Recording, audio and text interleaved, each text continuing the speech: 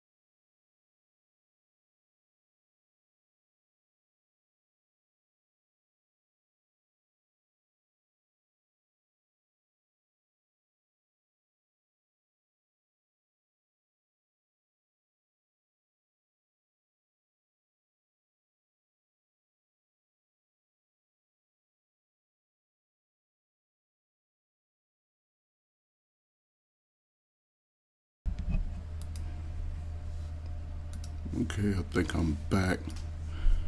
Sorry about that. Just had a technical issue I had to really look at. So yeah, just want to come on today, and like I said, today's Sunday. More of a chill day, relaxed day. Um, I hope everybody's taking care of their business for the week. Getting your clothes washed, your clean up around the house. And got your music playing, sort of refreshing, taking your good baths and showers and relaxing and you know grooming yourself appropriately. Hopefully you're getting the kids sort of relaxed and got them situated for the day, and everybody's about ready to eat. What is it, a little after 6? Yeah, everybody's about ready to eat their food and just relax for the day and get their clothes together and little business stuff together for this week coming up. I think, what is this, the middle of July? I think it's gonna be a pretty good week. I really do. I think it's gonna be a pretty good week. Everybody get paid somewhere this week, so yeah, everybody be spending money. But I would like to bet, not bet, but see how many people just hold on to 95% of the money that they bring home. So I would like to see that and see how you can fare the next pay period. But yeah, this is an interesting summer. The election is past us. We got uh, Donald Trump in office. He's, has an America First agenda, and people who haven't really pulled their weight, they're going to have to start really, reassessing their lives and how they want to move. I think America's getting away from handouts. When I say handouts, it's more welfare type people to take advantage of it. I think people should be afforded welfare, for a short period of time. Maybe if you have, I guess, an infant, maybe 2 or 3 years or so. maybe 3 years, or maybe 5 till the kid goes to school. Because when you have a small kid and you're a single parent, it's hard to work and go to school. No, I say it's harder to have a baby and work. You can basically work a part-time job, but depending on major cities, you got to catch the bus. Daycare is, I don't know, daycare is more almost a house note. It's a nice apartment, the cost of daycare. I think more people should open up daycares, though. There are some benefits in caring. If you're one person, you can care for 4 children. I think it's 4, maybe an infant and a couple of little walkers and talkers. I always like the walkers and talkers because they're very smart, and I like to teach. I like to teach those little walkers and talkers. Teach them about bad people too. Not just what not to do. I'm going to definitely challenge their intellect and their motor skills. I love that. That's probably the biggest thing I love is challenging motor skills on young people. But yeah, it's just part of my life, coming from a pretty big family. I know there's 7 children. I was a middle child. I had older sisters, younger brothers and sisters. My dad, he was probably the craziest dude I knew, but he was cool though. He taught me work ethic and respect of people, elders, at least elders. People my age, you had to give me respect for me to give you respect. But even in giving me respect, it was just a mutual respect. It wasn't, you ain't got to speak to me. You ain't got to say shit to me. But you ain't going to touch me, though. You ain't going to get, I know. After I deal with that situation, you'll probably never see me again. Oh, you may see me again, but the next time I'm just looking at you. I ain't even saying nothing to you. I ain't got nothing to say. I never break bread with you. I never do business with you. That's not me. I disconnect from people like that quick. Because my father was crazy. You know what I'm saying? So anybody could say nothing to me because he said mostly everything I didn't want to hear. But it was it loving her? But I don't know. And his father was in his life, but his father was a preacher, and my father never went to church. But he told me about respect. He told me about, he had some issues with his father that I didn't have with him. I think he was harder on himself than he was on me. That's how I see it today. He was harder on himself than he was on me. Yeah. Because he did things more honorable than I could do, just finding out some things later. But yeah, my life has not been a roller coaster. Even when I was a young teenager, I was doing too much, smoking weed, drinking, having sex, that was it. I didn't do it a whole lot. My tolerance level for alcohol has always been low, low. So I really couldn't, because I saw, and it's crazy how it worked. I used to see my father drink. He used to drink clear and dark. He can drink it all. Straight, he can drink it. Maybe a little chaser, a little RC cola, maybe a Coke, not too much juice, on ice, straight. I seen him do all that. Yeah, he used to, every day. Not every day. On weekends when he got paid, yeah. But sometimes my father would blow almost a whole check on partying. Yes. And I used to see him out in the streets when I was a teenager. I saw him, it's crazy, the little chicks that I went to school with, he used to be over drinking with them. I was just like, nigga, you stupid. That's how I used to talk to him after a teenager. I never told my mother that he was out there doing that. I didn't even want to break her heart, because my mother was a good person. Now, she was the one that was real. She told me about hard work too, but she also showed me how to cook a little bit and barbecue, because I ain't never seen nobody barbecue better than her and her baked beans. And the reason how I know that, because we would go to a picnic every summer. Well, she had 6 sisters, they all had children, and all of them had children. So it was 65, 70 of us, just first cousins. My daddy, he only had his sister my aunt Sharon, and she still smoked weed. She's 78, 79. She still smoked weed. She got a son that was on drugs.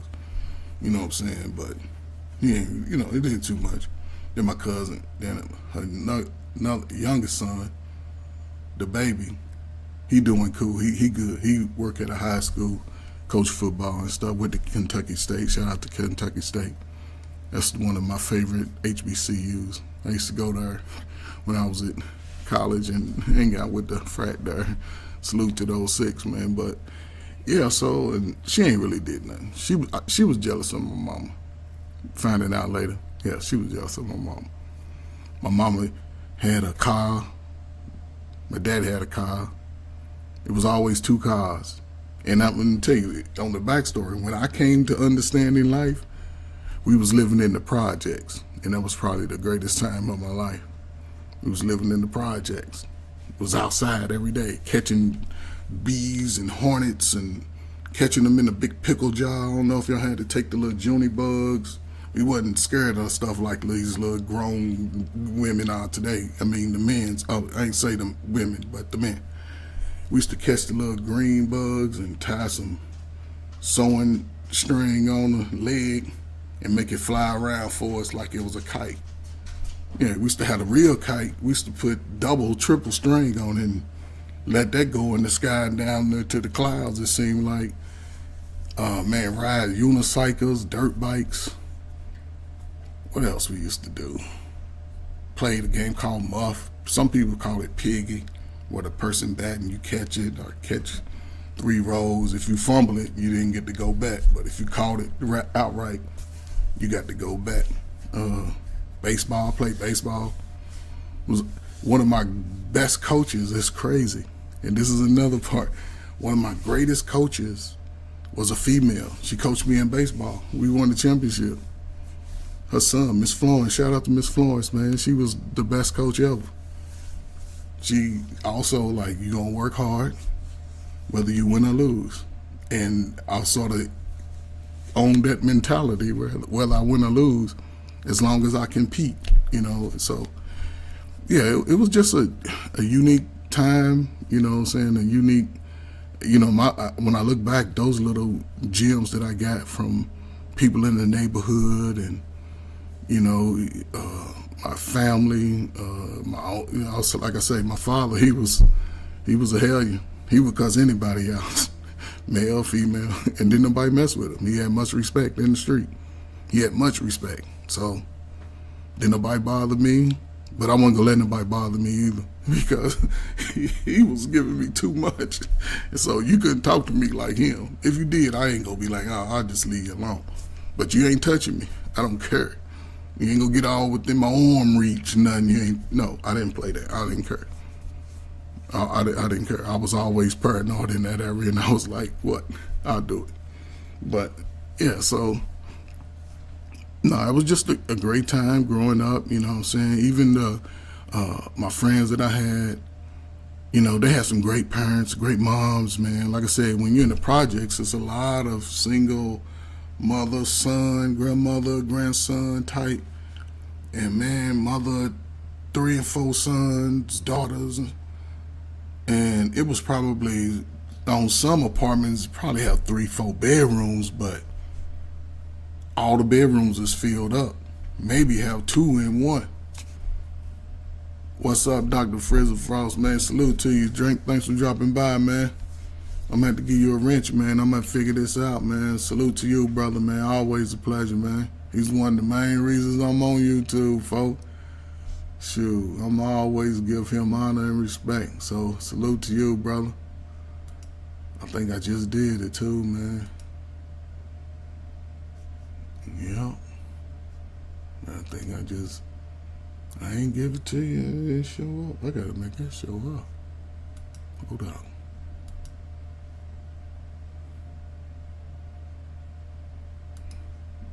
Yeah. I don't know, man. It may be. But now, man, I'm just talking about my little time when growing up, man, having family, parents, because I got a great show for y'all today. So, but I just wanted to just give a little bit of me, and I probably got 1,000 stories over the course of time that I could tell. But, just coming from that, the people in the neighborhood, the older women, especially the older women, like that was probably in their 60s and 70s, man. They lived by themselves, man. They were very respectful, man. But they also demanded respect. I used to think about it all the time, man. Growing up, even as I got away from home, like the older women that lived on the block, how they was respectful, and they demanded his respect. You know what I'm saying? They looked out. You know what I'm saying? Whether you was doing something, sometimes it was good for them to tell your parents because it really worked out. You know what I'm saying? It really saved you from doing dumb stuff. And I don't know where it came from, but me and my cousins, we always had a hustle mentality because back then we would go shovel snow. We figured out that everybody got money on the first of the month. And I'm talking about 8, 9, 10 years old. We figured it out. So whenever it was cold during the winter, we go on the first of the month. Hey, you want us to shovel your snow? And it'd be about 3 or 4 shovels out there. We ain't had no salt, but sometimes they give us the salt. They be like, how much? Sometimes we would just be cheap with it, like $10. It'd be about 3 of us, and we split it $3 a piece. Sometimes they might have 5 and come outside with a half a cake or something, or some cookies or something. You like, okay, cool, take that, man, because we probably ain't ate nothing because we used to be out early. And then I didn't really cut too many other people's grasses because I cut my own. I think my father got a lawnmower when I was probably about 12, 13. And the way he showed me how to cut grass is he just said, I'm gonna show you how to start it up and you gonna push it. A kid, I remember like, man, all right, go ahead. So he primed it because you had to punch a little button on the gas to prime it. Then he held the handle and pulled the pulled the string, and it started up. I think the second time. And then he started up, let it run for a little bit. And then we had a little level where you turned it up. He let it run for about 5 minutes, then he stopped and let it go. Now he said, you do it. So now I had to copy what he did. So my father, he wasn't like, oh, me, I'm going to show you, he like, well, damn it, boy, you grab the handle and you damn pull the damn string. Don't be all soft with it. And then when it started, just hold the handle. When you let go of the string, just keep the handle held. And then you just take the level and you just adjust it. Don't overdo it. And, he wasn't like, like we are today. Well, see, move, let me do it. No, he'd like, do it. But I appreciated that because now I know how to do it. So I'm fancy with it now. First time cut the grass, it probably took, and we had a small yard, probably 15, 20 feet across. And we had a little side, but then we had a backyard. It was probably, I don't know, 40 by 60. Had a little fence. It was cool. We had a little walkout basement. Probably had, 1, 2, 3, 4 bedrooms. Had a living room. You just walk through her. Had a dining room. That's where we made the family room, like the middle. You know what I'm saying? Had the little bay windows. Then we had the kitchen. And then you come out of the hall from the dining room. You had a bathroom. Had another door to my parents' room. Me and my brother had a room in the back, and my sisters had a room upstairs. And we had 2 doors because me and my brother can lock a room, but sisters, their room was upstairs. Had a big old bedroom and a small bedroom. Had storage. It was cool though. You know what I'm saying? Had a nice little basement. It was cool, man. I lived right across the street from a park. I love that.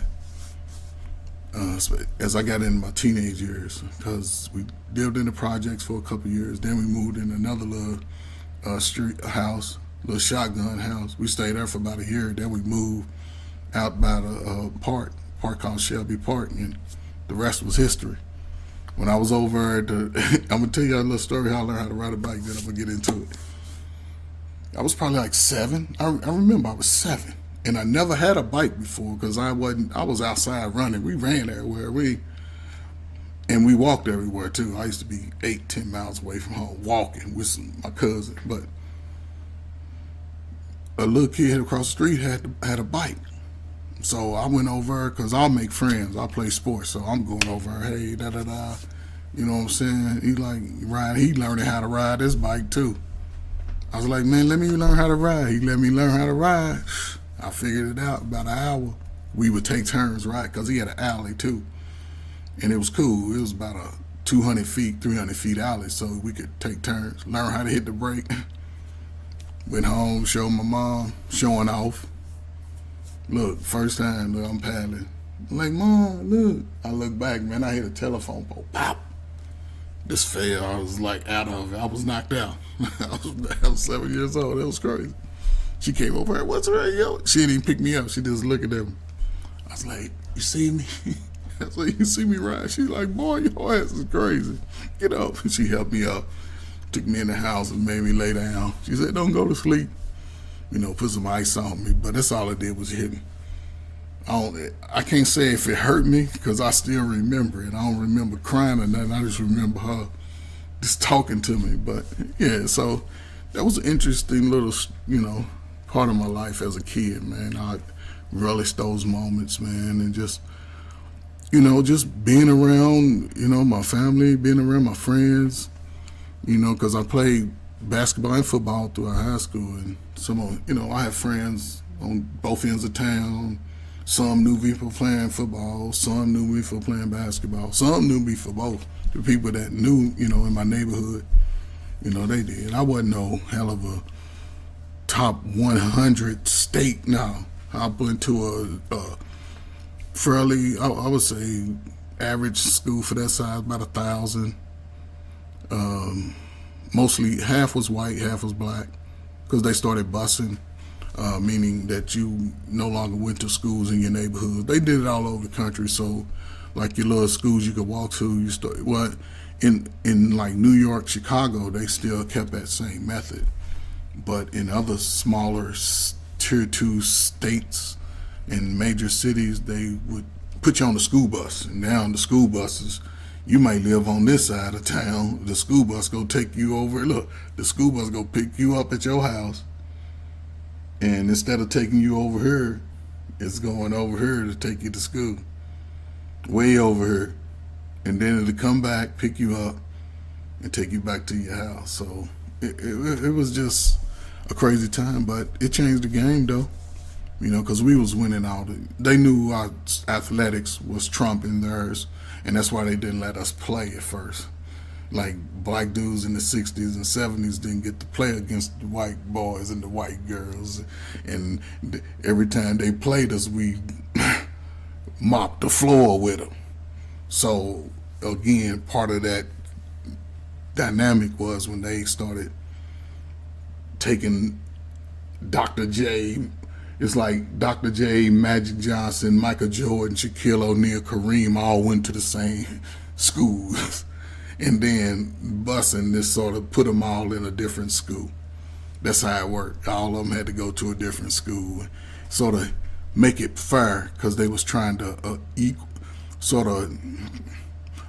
open up the American education opportunity window for Gen Xers.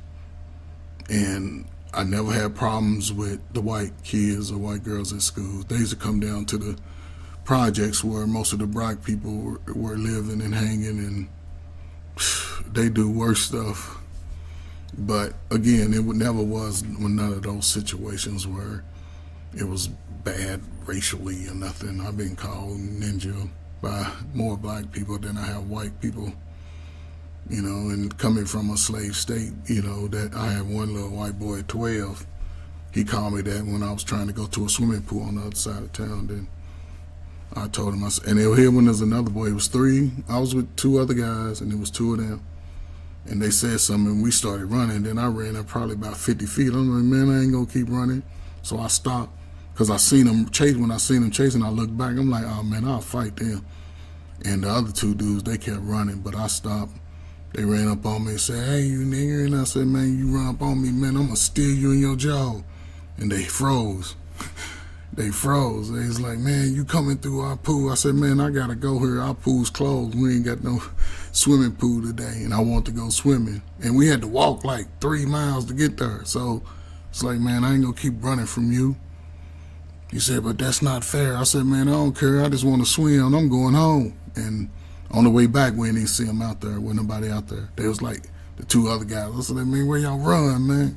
Man, they was going to say, man, hell. I said, man, I ain't running from no white people no more. And that was probably the only time. But when I was running, I had that flash of, because Muhammad Ali and Malcolm X and Dr. King, they was my idols. So I had that flash, you know, like Harriet Tubman and all of them. They was always, I don't know, you know, just seeing it as a kid, then having my father who was like, don't be, you know, it was just played out quick. And once I faced that, man, I just had like, nah, man, I ain't gonna let nobody take advantage of me. And it just sort of worked out, man. You know, like I said, learned the respect I needed to be a better person and, you know, help people and do the things that I've done, man, of course, my life, man. You know, hey, I'm still gonna be ticking. I'm still gonna be trying to, you know, continue to, you know, assist and help any way that I can, you know. But again, I have a different approach that most people probably won't take, and it's about the reality of it now. You know, I'm 57, the middle of the year. It's crazy because I've been thinking about getting back into the field. You know, I'm saying I'm retired, but I don't know. I'd rather fight with people who are looking to learn than to fight with adults who've already sort of given up. I'm not that type of mindset. You know, I really am not. That's why when I speak, I just speak from just where I'm at, you know, in my headspace, not about how I feel about it. I don't really care, you know, how people feel about me. I'm ugly. Shit, I'm ugly to some people. Why would I care? You know, I'm bald-headed. I'm light-skinned. But I love everything about me. All that. I love my moles. My mother had moles. So I'll probably get rid of these two right here. Leave the ones on the side. But yeah, my mother had them, so it's just remind me of her because, you know, she was always a good parent to me. My dad, he was a good parent. We never went without. I eat good every day. I never went without. I've always had what I needed. I wasn't a person that asked for a lot. I never have. Never been that way. But I get what I want. I never ask for a lot. Never say, hey, could you do this? You know, I never borrowed money. I borrowed money from my sister one time. What was I? I was in college and I wanted to get my truck painted. I had a little Blaze on. Man, I had 300,000 miles on that thing. That thing roamed me all over the South. And I wanted to get it painted before I went back to school, and I had like a week, and I needed $500, but I wasn't getting paid until like 3 days later, 3 or 4 days later. So she gave me the $500. I took it over, and then right before I left, I gave her the $500 back. And it's funny because she didn't remember that because that was in like 98, 99, something like that. She didn't remember it when I reminded her a few years ago. But yeah, you know, I try to always just take care of my responsibilities and, you know, pay my little debt. So, you know, hey, again, man, appreciate y'all, man, stopping by, man. Just, hey, man, just hit the like, share, subscribe button to Coach Ferg. Hit the like, share, subscribe button to Coach Ferg, you know what I'm saying? So I'm going to get into it, man. So what I want to do today, which is really, you know, a unique situation that I know even my son, who's 22, and other young men can possibly get themselves into. Even young women, you know, just if you decide to get pregnant or have a child, and you know, it's a lot that goes into it than most people give credit to, and a lot of times we don't find out until we get on the other side of it, where we've experienced the worst of it. The resources that should be readily available are not.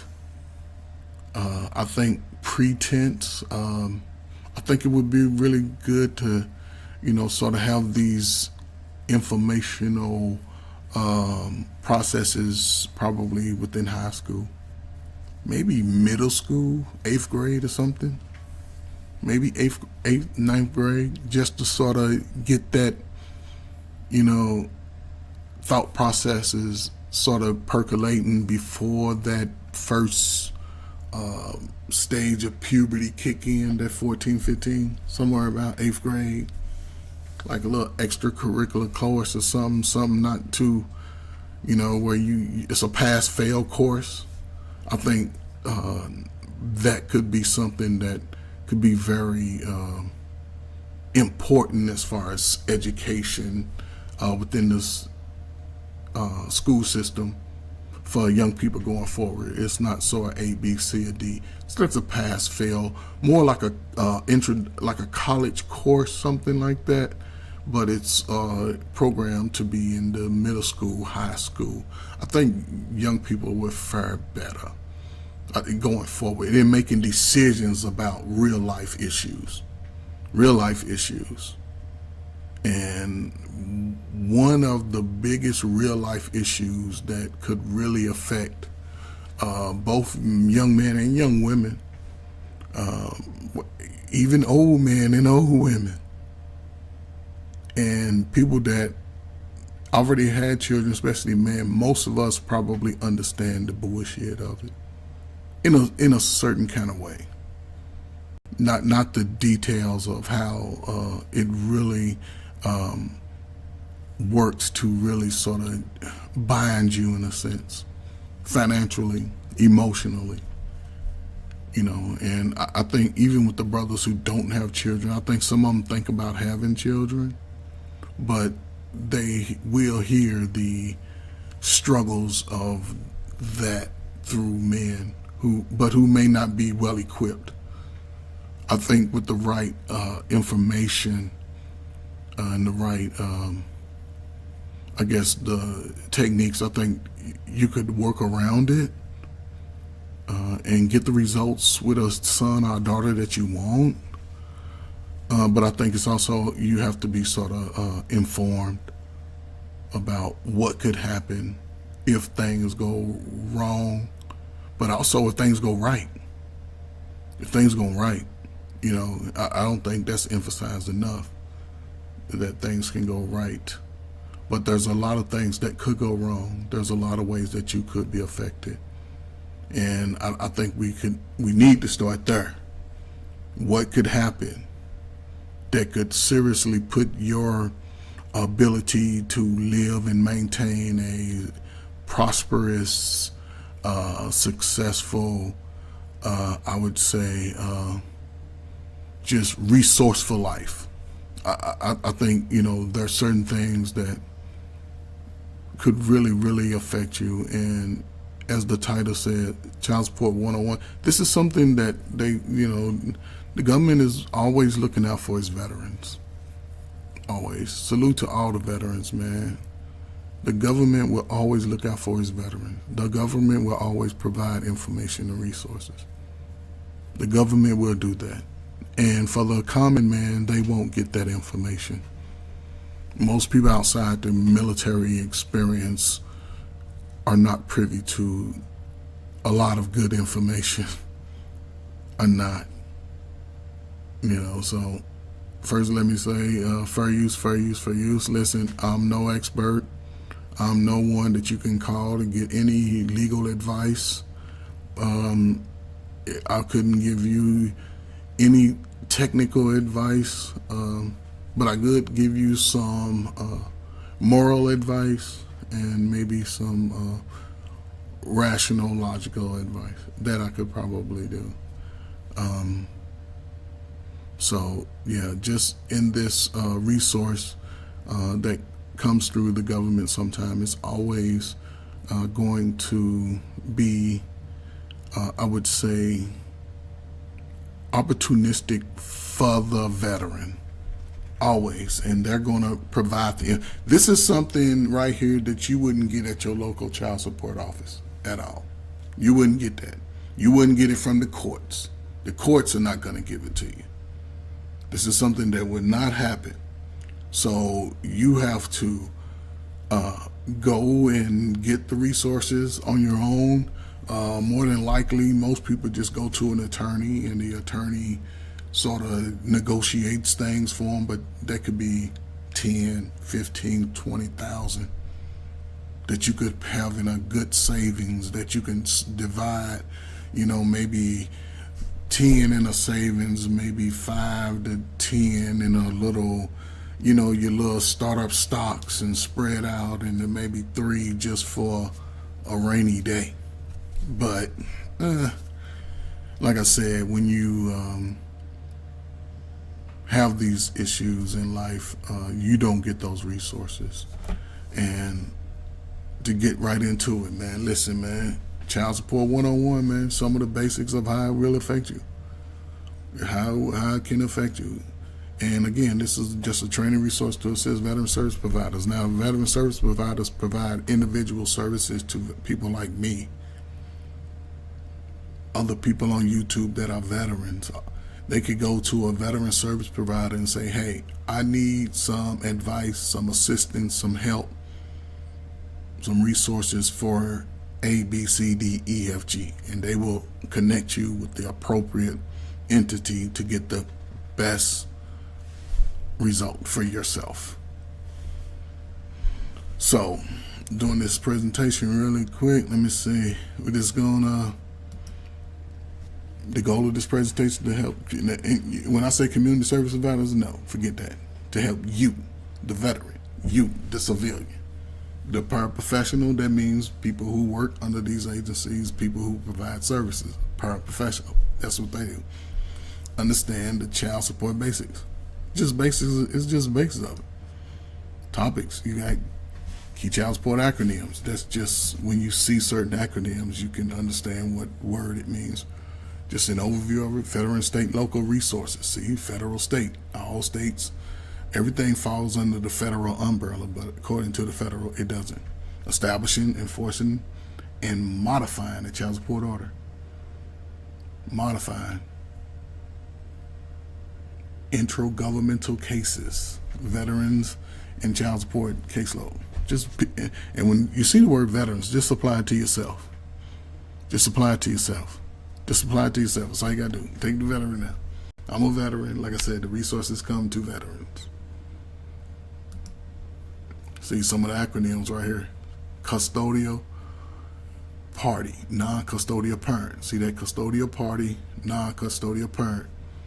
Person who has the child, person who doesn't have the child. Non-custodial.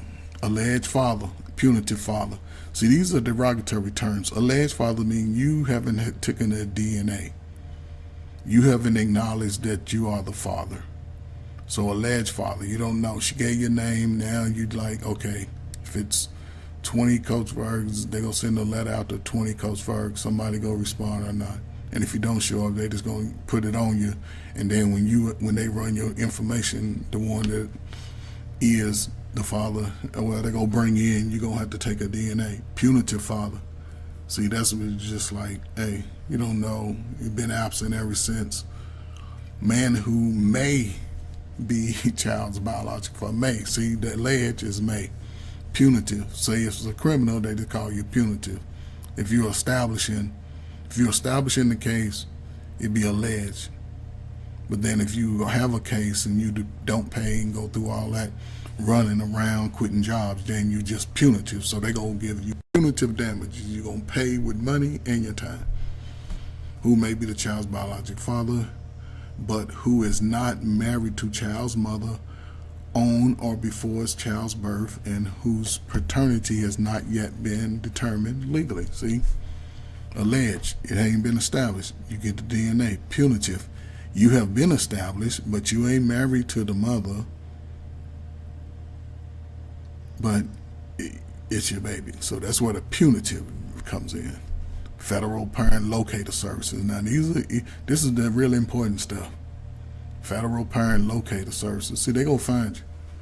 You can't run from it. You can't run from it. Just like student loan, you can't run from this responsibility. That's why it's important to know. You have to really be careful. You have to really, really do your due diligence before you just sit down and have unprotected sex. I'm going to tell you like my father told me. He never told me not to have sex. He said, protect yourself. And if people are choosing not to have children, then you and your generations are going to have to figure that out. You're going to have to figure that out. Unless everybody say, the hell with the future. You know, the hell with my family. You know, as long as I live, the hell with everybody else. So that's the fork in the road that we're in. So punitive and alleged father. Alleged, you haven't established the custody. You got to take a DNA. Punitive, you already have established the custody. You ain't married to the mother. You just out here running around doing anything. Federal parent locator, meaning federal. From the federal level down, they're going to locate you if you have been determined. Part D of Title IV Social Security Act that authorizes child support program. See, Social Security, it all falls under that umbrella. The federal government creates these agencies within each state. Those agencies come up with similar and their own rules according to child support, how they will handle it if you have a case in those states. Income withholding order. Yeah, it's going to be an order that come down for Social Security and the federal government saying, hold that money. If you have been established and you have a punitive means you have to pay. Financial institutions data match, meaning all your banks, all your little, anything where money go transaction through your Social Security number, through your name, they going to get it. They're going to get it. State disbursement unit. That's where the money that's going to get paid goes to the state and they give it to the mama.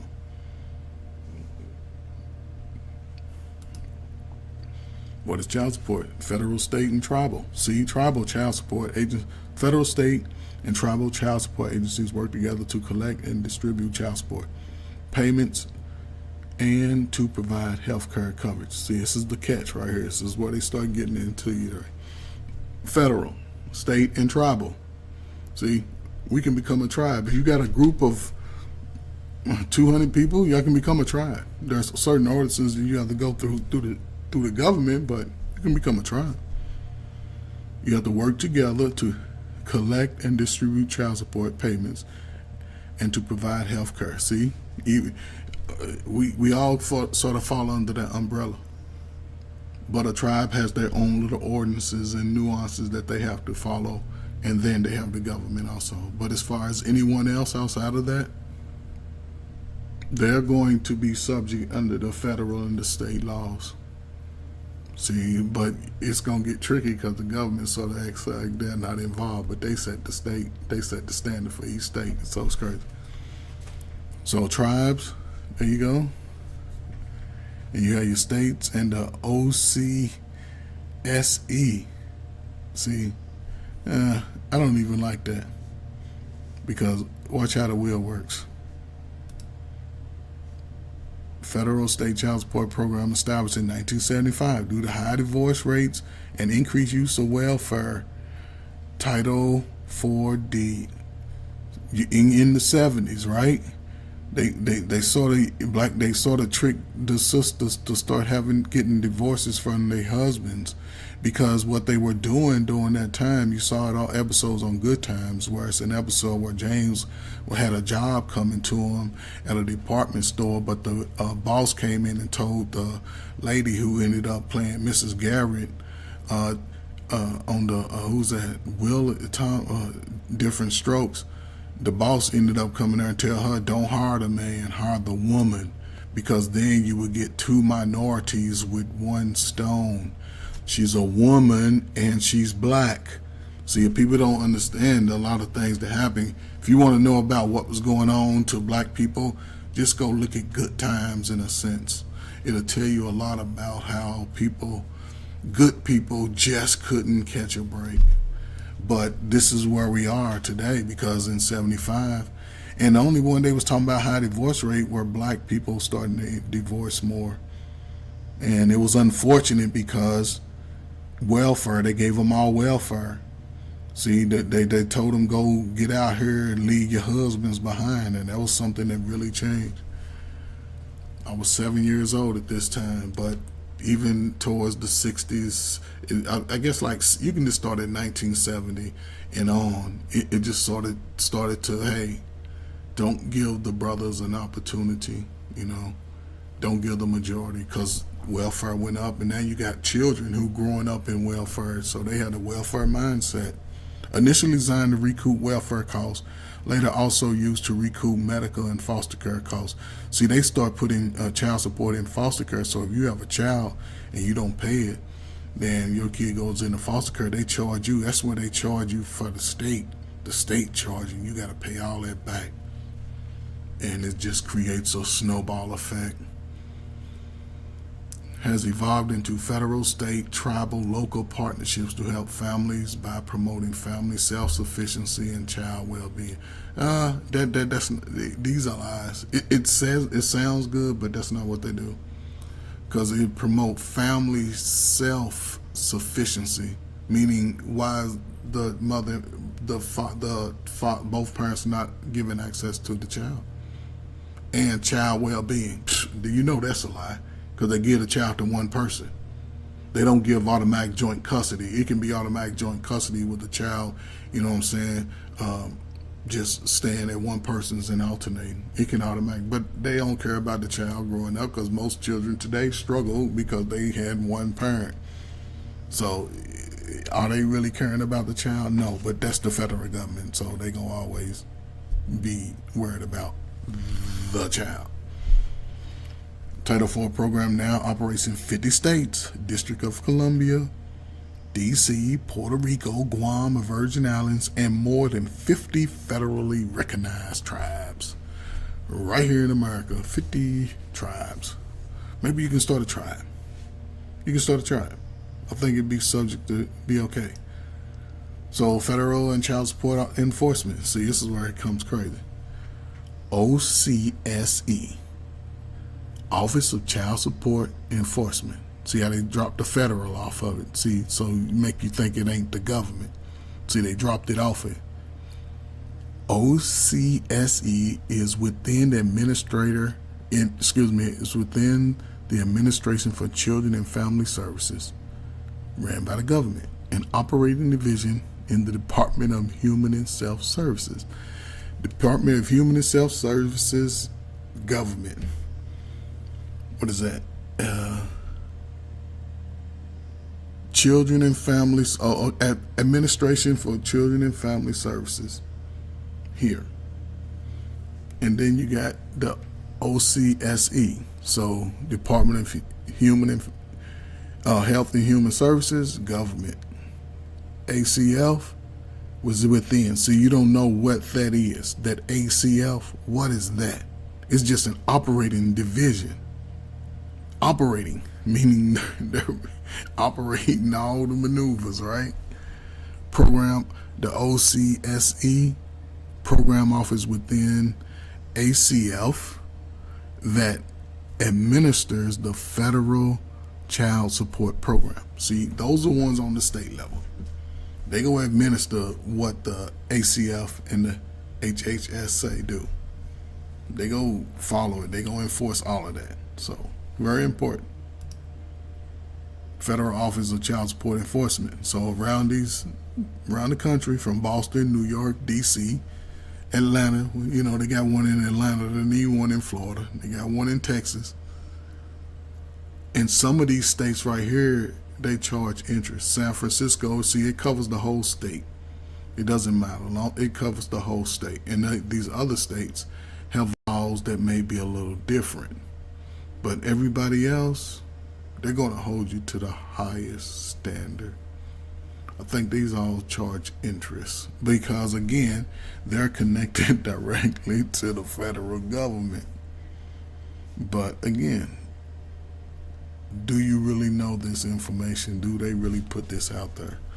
So Seattle, San Francisco, Denver, Kansas City, Dallas, Chicago, Atlanta, D.C., New York City, Boston. So they got you covered in every corner of the United States. So Atlanta will probably take everything here from, Arkansas over to Virginia, North Carolina, on down. Dallas will probably take Texas, Oklahoma, probably over to, I don't know, Utah, Arizona, Yeah, so Denver, Kansas City will probably Chicago will take everything around the Great Lakes, and probably Indiana, Kentucky, yeah, all of that area. Kansas City will take the North Dakota, the South Dakota, Minnesota. Denver will take the Idahos and the Montanas and yeah, and all that in San Fran. So yeah, they got the whole country covered with these offices. And it's important to know that anywhere you go within the continental U.S., Guam, some Virgin Islands, even 50 other tribes, then they go find you. So just know that. Okay, so the mission is just to enhance the well-being of children by assuring that assistance in obtaining child support, federal and medical, financial and medical, is available. This is accomplished through locating the parent. So if you've been designated or identified, they're gonna find you. Establishing parentage, meaning you got a name, you've been identified as a father or mother, they gonna find you through your name, social security number. Parentage, take a DNA test, or you acknowledge. So you don't have to just take a DNA test. You can say, I am the parent of this child without doing that. You can volunteer yourself. So you can definitely sort of jumpstart a lot of this situation yourself, but you can also get in front of it by jumpstarting it yourself. So yeah, establishing parentage, establishing enforcement and modifying support obligations. Establishing, you acknowledge you got to pay child support. The court will tell you your child support based off your income, the mother's income, and if you say you ain't got a job, they'll probably use the minimum wage in your city or town. Or your state, whatever the minimum wage is for your area, they'll just say, okay, based off this, you should have a job making this much money. This is how much you pay. Modifying, if you work a job and you get a raise, they'll reassess it in a few years or something. I wouldn't just go down there and do that. They got the order, but you can also your baby mama find out, or your ex-husband find out. Then they might go in themselves before the modification period. Establishing, of course, take your DNA. Enforcing, meaning you just have to pay once the order's heard. You just have to pay, and they're going to make sure you pay by sending documents out to your jobs and sending the passport agencies and unemployment agencies, banks. Everybody will get a love red flag with you. They'll have a notion that you are somewhere to be found. So just think about it. So child support policies and practices vary. Yeah, federal statutes and regulations form the backbone to the Title IV. See, federal, and about the government act like they ain't in it. It starts at the federal government. Child support program. So it'd be a good time to start talking to some of these federal people up in that office. Family law is a state responsibility. See, you get married, divorced, whatever you get divorced in, it's a family law. You do a lot through the family courts.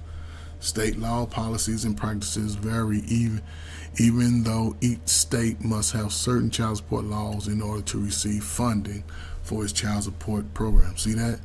State law, policies, and practices vary from state to state. They all are not the same. So check with your state.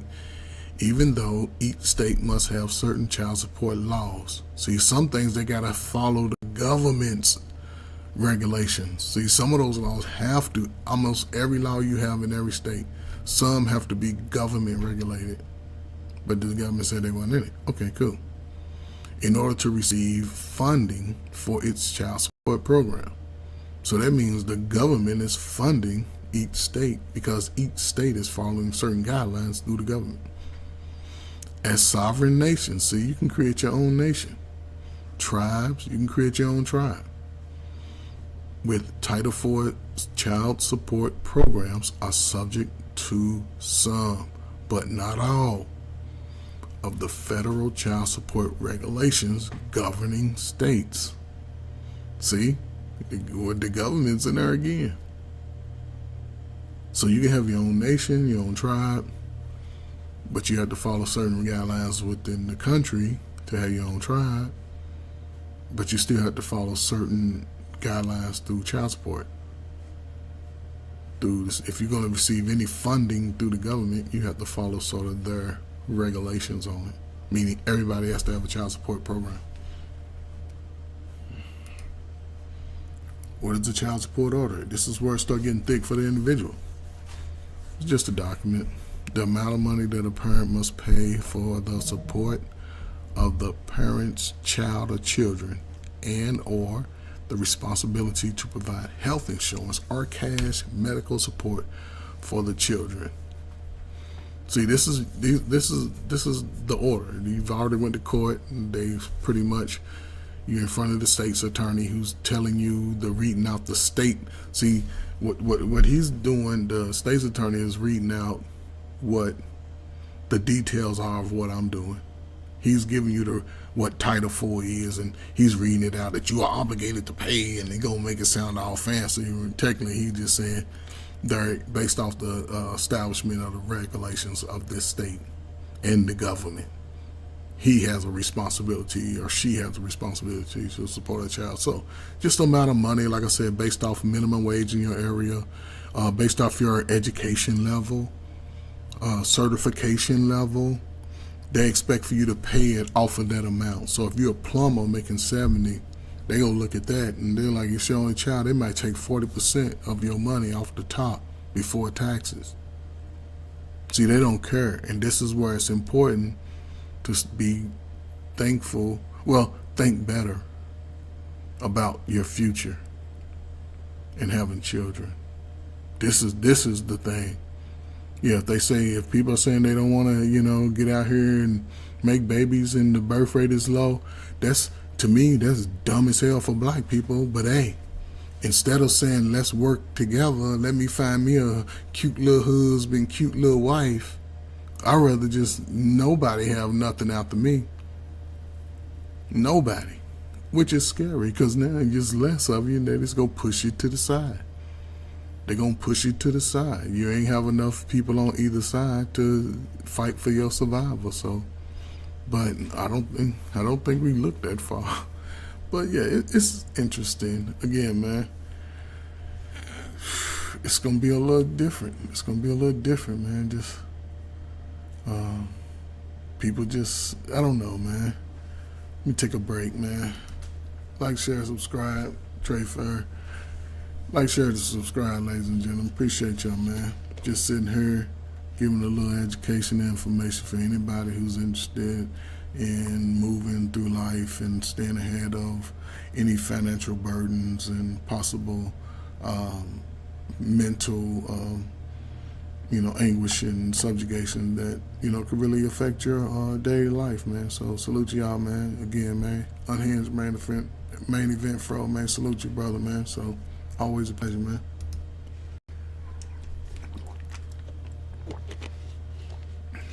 So again, the documents, the child support order is just the documents that set the amount of money that a parent must pay for the support of the parent's child, one, or children. And you can have 2 or 3 different child support orders at the same time. The responsibility to provide health insurance. See, I think the money is not the biggest issue. I think that health insurance is what's crazy. Or cash medical support. See, but you can also pay medical support through cash also. Say the baby may have a toothache, but excuse me, if the mother gets assistance from the state, like a medical card, the state charges you for that medical card, and the state always charges you at the highest rate going. They charge you at the highest rate. So that's what's something that is important to know when you go to court. You need to have that amount already understood, because if you go through your job, you can get free insurance for yourself, but for your family, that shit'll be $200-300 a check. That's where you get messed up. But you can tell the court while you there, like, hey, can I provide an extra $50 for health? and they could agree to it. But if you go through your job could take 150, 300 a check outside of yourself. So it's important to think about that. And then when you do once you've had an order established, here's a financial tip. And the baby's a year or two, get you some life insurance. Get you some $50,000, $100,000 life insurance for $10 a month. And put that claim somewhere protected where you know where it's at. And let it sit there. Let it sit there. Don't worry about it. Get a little 20-year claim for, I don't know, it ain't got to be 20 years. You can look at the years. Then when your baby start getting older, and ain't nobody got to know. And maybe it can be like most results where you don't really have access, but you know you got this money for the baby and yourself because it's part of you too. And if your baby going to college, you know what I'm saying, and you want to say, let me just do what I have to do, I wouldn't let nobody. If they don't want to go to college, I wouldn't tell nobody. I wouldn't tell them. I wouldn't tell their mama, nobody. If they ain't talking about advancing, they ain't talking about going to the military, don't even do it. When the term at the end of the policy, you can cash out. Get yourself $50,000, the baby's grown, you don't owe no child support. None of that, man. But yeah. But again, it's just certain things to do that can sort of keep you from getting yourself in a hell of a bind for a long time. That health insurance, man, is crucial, because that health insurance, man, is expensive on the job. I don't care where you work at. But if you can negotiate that in the court, hey, Your Honor, can I pay an extra little $40 or something? And this is when you first establish that you are the father through a DNA. Don't ever volunteer to say you are the daddy. Always get the DNA. Always, 100,000%. Don't let nobody tell you different. Your mama, your daddy, your baby mama, your baby daddy, the lawyer, anybody. Say nope. Get out of my face, and don't sign nothing into the DNA in your face. Say you are the daddies. You are 99.999% Nug's daddy. So definitely always get the DNA if you have gotten to, even if you know a woman that she's pregnant, request the DNA. Request the DNA. See, because you're going to get the court order. Administrative order, I mean, now they're going to start sending out all these alerts about your name. Volunteer agreement. Okay, so the court orders, when they sort of you in court and they establish it. Administrative order is like it's like you ain't even show up. You ain't even show up. Voluntary agreement, you went in there and said, yeah, I am the daddy. With legal effect of an order. Meaning once you volunteer, now you subject to all the laws of a biological daddy. Even if you find out later it ain't yours. Once you volunteer, the courts will not let you recant that. It will not let you recant that. Get your DNA first. When you go in front of that judge, Your Honor, I would like the DNA on my baby. Baby look just like me, but I don't know. I got some health issues in my family. I do. I got some. I want to make sure it's mine. They gonna say, okay, sir, we're gonna come back in 6 weeks. Do. You gonna come back. They gonna say, Nug, here's your dad. Here's your kid. Nug, that ain't your baby. Woo. Thank you, Your Honor. Appreciate it. Let me get that copy. Let me get that. And then they'll deal with her. And you walk out. And you go pray, and you make sure you help other people. Do something different. But yeah, you're going to volunteer current support, medical support, arrears, interest, retroactive support.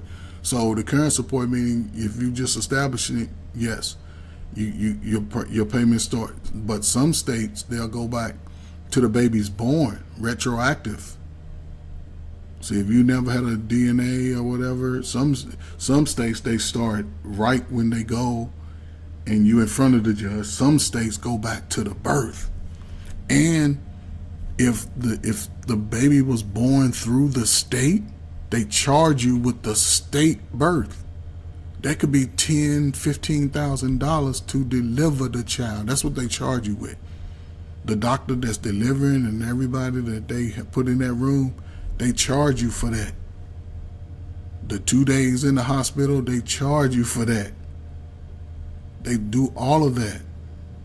That's why it's important. That's important. You have to make major decisions before you just gonna live life on the wild side.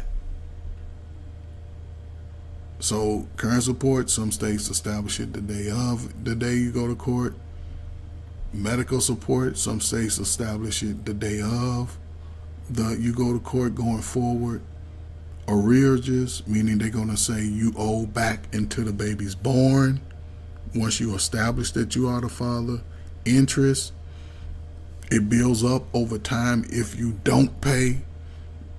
Say you owe $150 a month, $400 a month, and after a while you just become a repeater, not payer. They're gonna add interest on that going forward, and the interest doubles and triples it. So that's why people, when they say, man, I owe 30, 40, 50, and then they probably only miss like 2 years, 3 years of child support. That's it. But that interest, because some states charge you interest. Retroactive. They're just going to go back to say when the order or when the baby was born. And you haven't paid, you got to pay all that back. So you're talking about possible, hell, some jobs, it depends on where you work, you might not bring home $50,000, $60,000 in 4 years, 5 years, 10 years. But even then, you're still playing catch up. You're still playing catch up. So you always 5, 10, 15, 20. Sometimes you're about 20 years behind. About 20 years, you end up with about 20. It's like the 18 years of the baby. You double it, but you flip it upside down. That's how crazy it is. Because you put yourself another 18 to 20 years behind in trying to pay after the baby is already 18. So you have to sort of don't allow yourself to get caught in the trap of once that order's here, you start paying. You start paying and you just pay. And if you don't, let's just say you get fired and you can request at that time, the day you get fired, I will walk right down to court, say, hey, I want to put my case on the docket. Let me go to court. Hey, Your Honor, I ain't got no job. I got fired. I'm looking. Can y'all give me some resources? Can y'all give me some places to go look for a job? I can go to the unemployment office. I need a job. And they'll look at it, they'll modify it. They won't stress it. You don't got to get your attorney. You can just go there, you put yourself on the docket. You got the information, what to take that you ain't got, that you got fired. They laid you off. If you can get unemployment, then they're going to take it out the unemployment, but it'll be at a modified rate. Don't wait 2, 3, 6, 8 months because they still looking for that money to transaction. And every month it's giving a negative transaction. So it builds up quickly.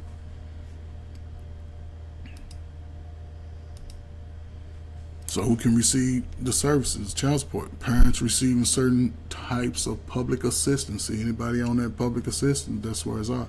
Are automatically referred to the Title IV child support program. See, anytime a woman has a baby and you're not married, they're automatically going to refer you to the program.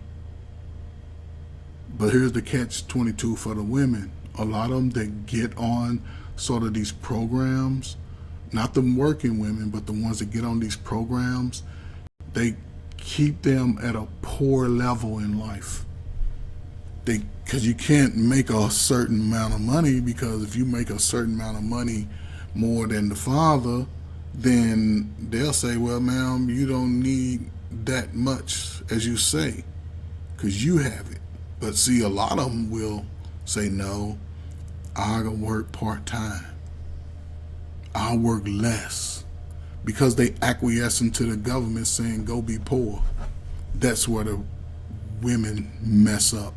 Instead of saying, hey, let us do this together, make us both responsible, because now you have a support. Now you have a support. Now when you want to go kick it, you can drop the little slow kid off. You can drop the overweight kid off, because it seems like all the kids are just slow and overweight today because nobody's outside with them. But again, I digress with that. Parents not on assistance can apply for child support services at little to no cost. So if you're a working person, yes, you can go. Father and mother, it's both. You realize it says parents. It doesn't say mother, father, both. If you had a child and you don't get the government assistance, the welfare, the food stamps, because you're not trying to be poor, you're trying to be better, but the ones who want to live poor, they choose to go get the welfare assistance. They choose that. The government not saying, hey, you have to be on this. No. Well, I'll just stay down here. I want y'all to take care of me now. Somebody go take care of me. I got all these slow kids. Take care of me. So now you making $20,000, $30,000 a year. Yeah. Living in a government apartment. You know what I'm saying? So it makes you sort of stay. You can't really get a new car unless you cheat the system. And if you find out anybody's cheating the system to get over on you, you report their ass. You report them. And now, when I go back to court, I want to negotiate. I want my babies. I want my babies, and we'll drop them off over there. See how many people agree with that. You can't let them get by today. I don't care who it is, the man or the woman. You can't let them get by. Can't do that. You report them. Parents not on assistance can apply for child support services at little to no cost. Yeah, you just go down there and do the paperwork, and they'll go. But here's the difference. If you're a working person, hard-working person, and the person ain't really paying, the courts ain't going to really sweat that man. They ain't going to really sweat him. They gonna send him letters every once in a while. You know what I'm saying? Now, what they'll do over time, they'll just put a warrant out for him. So if he's out running around doing devious stuff, he get pulled over. He can be going to work every day. He get pulled over, then the court's gonna lock him up. They're gonna lock him up. This is where it's gonna hurt everybody. You know what I'm saying? It's gonna hurt everybody. But again, anybody can fill it out. But a parent that's on assistance, they're going to come and get that man. They're going to go everywhere he's at. They're going to look for him and say, hey, you're going to go to jail. And they'll just let him go in and out of jail. In and out. They'll play that game because they keep racking up that bill. Parents with private attorneys can also apply for child support. I don't think nobody really needs an attorney because the attorneys and the states work together. They playing both sides for the money. You gonna pay them $1,000, $1,500, $2,000 to go stand in front of a judge for the judge to just continue it for a year. Keep paying him $1,500, $2,000 when they already know they can just make a decision right there. They already know that. Then the person that owed child support, he might be working. They're gonna lock him up. Now he fired. Now they telling him he gotta pay. He ain't got it. She ain't got it. Now, but what? I thought they cared about the child. I thought they really cared about the child, because the child ain't nowhere in this. They don't ask you no questions about how's the baby doing. They don't ask you no questions like, man, you need to pay. And the attorney over there like, ma'am, yes, we're going to get some more. We're going to come back. Because they might extend it out for 6-8 months, get that $1,000 for 6 months. That's $6,000 you done gave your little slow-ass kids baby money. That's $6,000 you done gave away your child support. It makes no sense. Now it's another $6,000 that he got to pay. So that's $12,000 that's gone to waste. They could have been in both parties' pocket with just a little conversation, a little agreement to say, hey, let us both be responsible. And if at some point that you don't want to be responsible, just say that. I think it'd be a lot more easy if people just say, you know what, I'm gonna let you handle it. Because now that Nelly done said, come holler at me in 3. Perfect. Hey, ladies, go on. Y'all like to sit the little slow baby up with all these hot clothes on, put the tight ass band around the baby brain, just stopping the oxygen to the baby's brain. The baby, because the children, they can't read hardly at all. They overweight. But everybody looking cute. We dressing them like they look like now. That's childish behavior. But that's just me. But again, you know what I'm saying, at age 3 or 4, say, here, man, go on and ditch your baby. And let him know. Don't become crying. Because some dudes be like, I'm a dude, but then they don't know how to be a father to the baby. Instead of just being a father. You know, it ain't about what the baby has home. What latest knockoff gear we done bought for the child. Because I'm surprised people are still, you know, if people are trying to go on shopping sprees with all this fake stuff that's being revealed. It's a great time to save money. Great time. Then you can do real meaningful stuff. We can take our slow kids on a vacation to Disney World. Take them to the Magic Kingdom for a week. Take them there. Something that they can do. You know, but hey, I'm just rambling, man. Listen, man, salute to y'all, man. Hit the like, share, subscribe button at Coach Ferg, ladies and gentlemen. Hit the like, share, subscribe button at Coach Ferg. So yeah, we're gonna keep going, getting right on back into it, man. So again, who can receive services from child support agency? Any parent, any custodial parent, even a non-custodial parent can do that. But it has to be certain provisions already met. So application for services. Custodial and non-custodial parents can apply for child support services, yes, through child support agency. That's your local state office, the little office where the people ain't friendly, be talking crazy. They don't know, especially people at the window, they ain't got no personality. They ain't got nothing. They just regular people who want to sit at a job. They the ones they'll frustrate you. Now, the people that work at the agencies in the city or the state, they frustrate you. Because they act like you the worst person in the world. Parents do not have to apply where they reside. You can apply for it anywhere. There are no residency requirements. There are not. Wherever you are, you can apply for it. Agency attorney, and you can apply for it while you're out of state. But talking to those people when you're out of state and you can't get to the office or location, they don't give you nothing.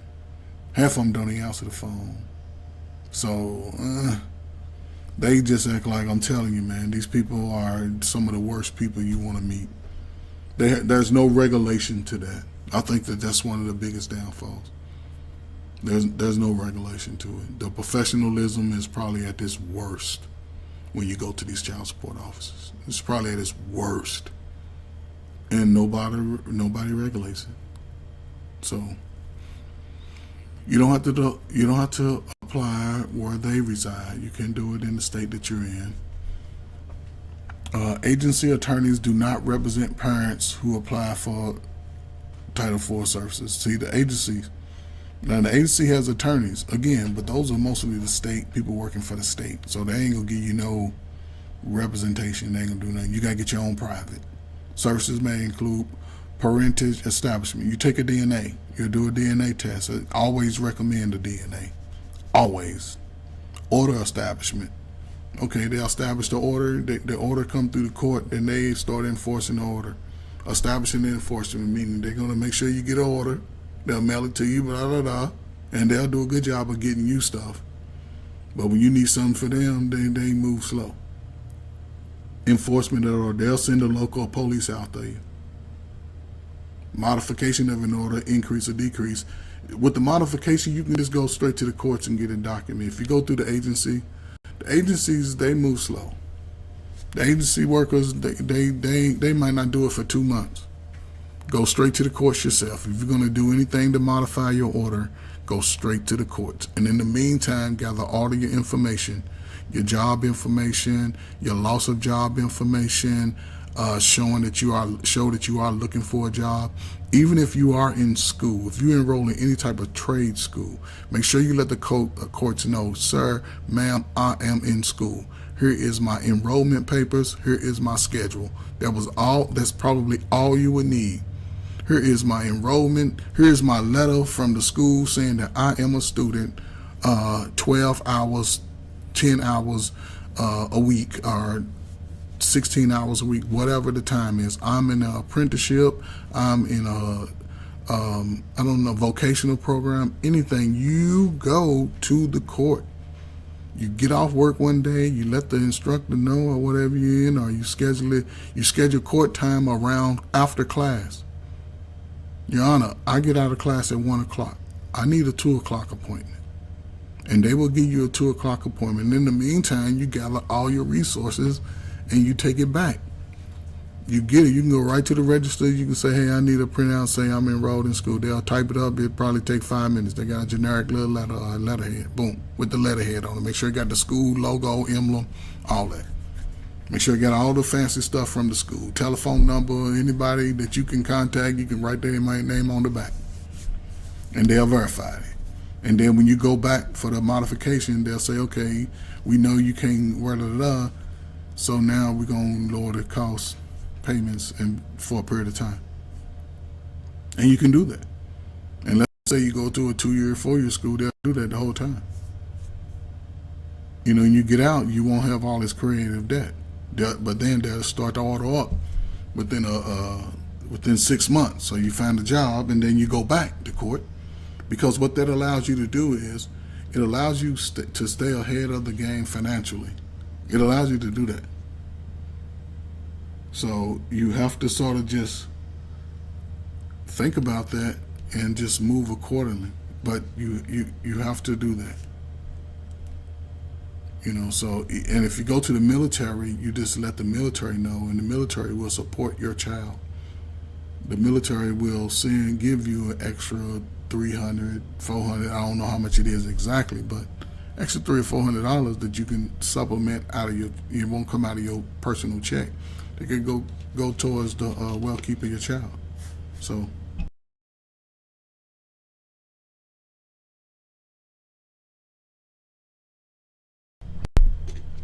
Sorry about that. I had to give me some water. So, yeah, just had to think about, you know, definitely certain services that are afforded to you.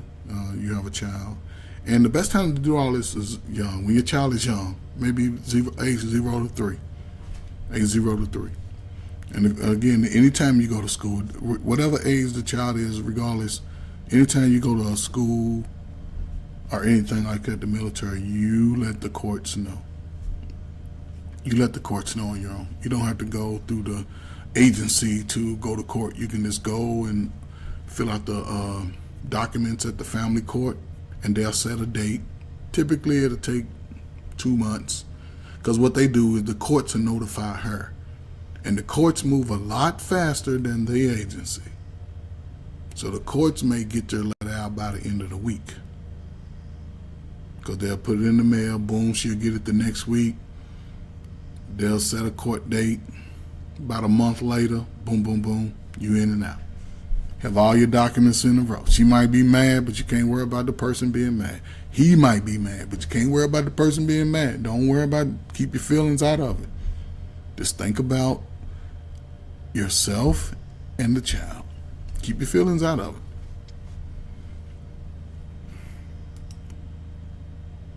Federal locate services. This is how it works.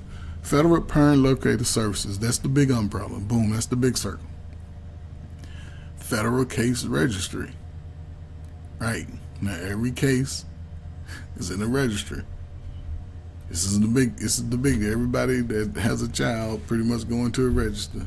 That if you have under the Title IV, then you have a registry number.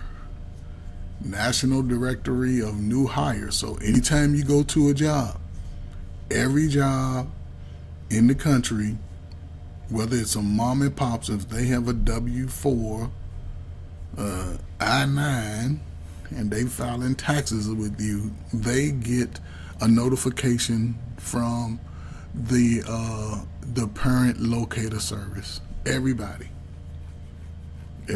name and social's IV number is rolling through the streets. And I say streets just to be funny, but rolling through the streets. Yes, some people say streets in the South, so salute to my Southern brothers and sisters. But yeah, everybody's name go through it. New hire data. Every so often, they're looking to see if you got a job, especially if you're not working. If you're working, they just continue to run it. You get your order, you already got your order, get your money coming out of your check, you know how much it is, you ain't got to worry about it. Just any money going forward, I would only get off the books. I wouldn't get no money, no other job, because they'll come and get that job too. But we'll get into that. Unemployment data, like I said, you get fired, you still go to court the next day or that day when they let you go, if you can get down there in time. Hey, you write up the thing, put my case on the docket. Why? They gonna let her know I need a modification. Why? I'm fired. Here's my letter. They fired me. I'm looking for a job. I'm connected with this community resources. I'm connected with the unemployment office. I'm looking for a job. Boom, boom, boom. All right, we give you 60 days. Cool. Find another job. They're going to send out the same thing. Or they'll see it on the books. You ain't got to go put your name on the docket. You'll probably get two checks, depending on what time of the money is, before they start taking it back out, which is cool. You ain't a whole lot of rearages. You under 2 months, because after $2,000 you can't get a passport. So if you only miss 2 months, you can make it up with an extra $10, $20 a week. A pay. So you good. And then the quarterly wage data, again, every so often, quarterly, 3 months in each quarter. It's 4 quarters, you get 3 months in each. And they gonna run you. So if you working, you may or may not. The order is always active, but when they start seeing the garnishment, it may take 3 months. So you may get anywhere between, I'll say, 2 pay periods in 3 months before it catches in the system, depending on where you are, depending on some states. Like I said, some states, they looking for you, especially if it has that case number, if it has that IV number, and if you got money from the state. Well, if the custodial parent gets money from the state, oh, they looking for you. They looking for you all day. They hoping you don't pay, because they looking to double up. They hoping you don't pay. And then the additional federal agencies, just banks. It's a whole lot that goes into it, man, to make sure that if you get caught in this situation, it's going to really limit a whole lot of things you can do if you don't stay on top of it, if you don't pay it. So it's very important to know that you need to stay on top of it. So state locate services, Department of Motor Vehicles, boom, what that mean? Suspended license. Employers, new hire reports, again, your job gonna get an order. TANF, state, you can't get no food stamps. State taxes, they go look for you too. Department of Corrections, if you locked up, that's different. If you get locked up, make sure when you get out, you go back to the courts. Say, hey, I was in jail, incarcerated this amount of time, so they can more than likely drop that those months or years off your case. Because if not, they still adding it up. But if you've been locked up, most states have programs. They're gonna make sure you say what is that? You're a good citizen now. They say you rehabilitated. Okay, so you do this for 6 months, a year. We'll put you in school. They'll give you programs you can get to. And some dudes say, "Nah, I ain't gonna do it," but then they still trying to play the game, and it just continue to pack up. It continue to pile up and go more and more and more. So yeah, if you get locked up, as soon as you get out, hey, put it back on the dock. I was incarcerated. Here's my documents. Okay, cool. We'll start over from right here. We can go back to the same amount. Well, I can't get that job. Depends on your crime. All right, well, you can get minimum wage, so you pay minimum wage amount. Boom. They may be mad, but again, don't worry about the other person's feelings. Don't worry about it, because you have to worry about the child. And just put all the money in the child. Just put all the money in the child. Don't use nothing for yourself, because if you're doing the right thing, you still a sustaining individual that's working and supporting yourself, which creates a whole nother nest egg for the child and yourself. But public and private utilities, think about it. Can't get, you go get the lights in your name, because anytime you get lights in your name and water and all that gas, that means you got an address. So they're gonna start sending paperwork to your address and letting you know this is what's going to happen. And typically, they'll send you a letter maybe 2 days before the action. And then it has you scrambling around. Oh, I got to get on top of it. You gonna spend $3,000 on a lawyer when you really just could have just been on top of it and it kept at $3,000 in your pocket. But it might not have been $3,000, maybe $2,500. But again, it might have been $2,000. But again, this money in your pocket, it ain't money going to another person who's typically going to put you in a greater debt. So no, because they get their money off top. So no, don't do that. Social networks, internet resources. So they looking for you. They looking for you. Yo, you got an Instagram? Okay, we'll find you. They do all that. It's very important to know. Parentage establishment. Determining if parentage establishes a legal obligation to pay child support.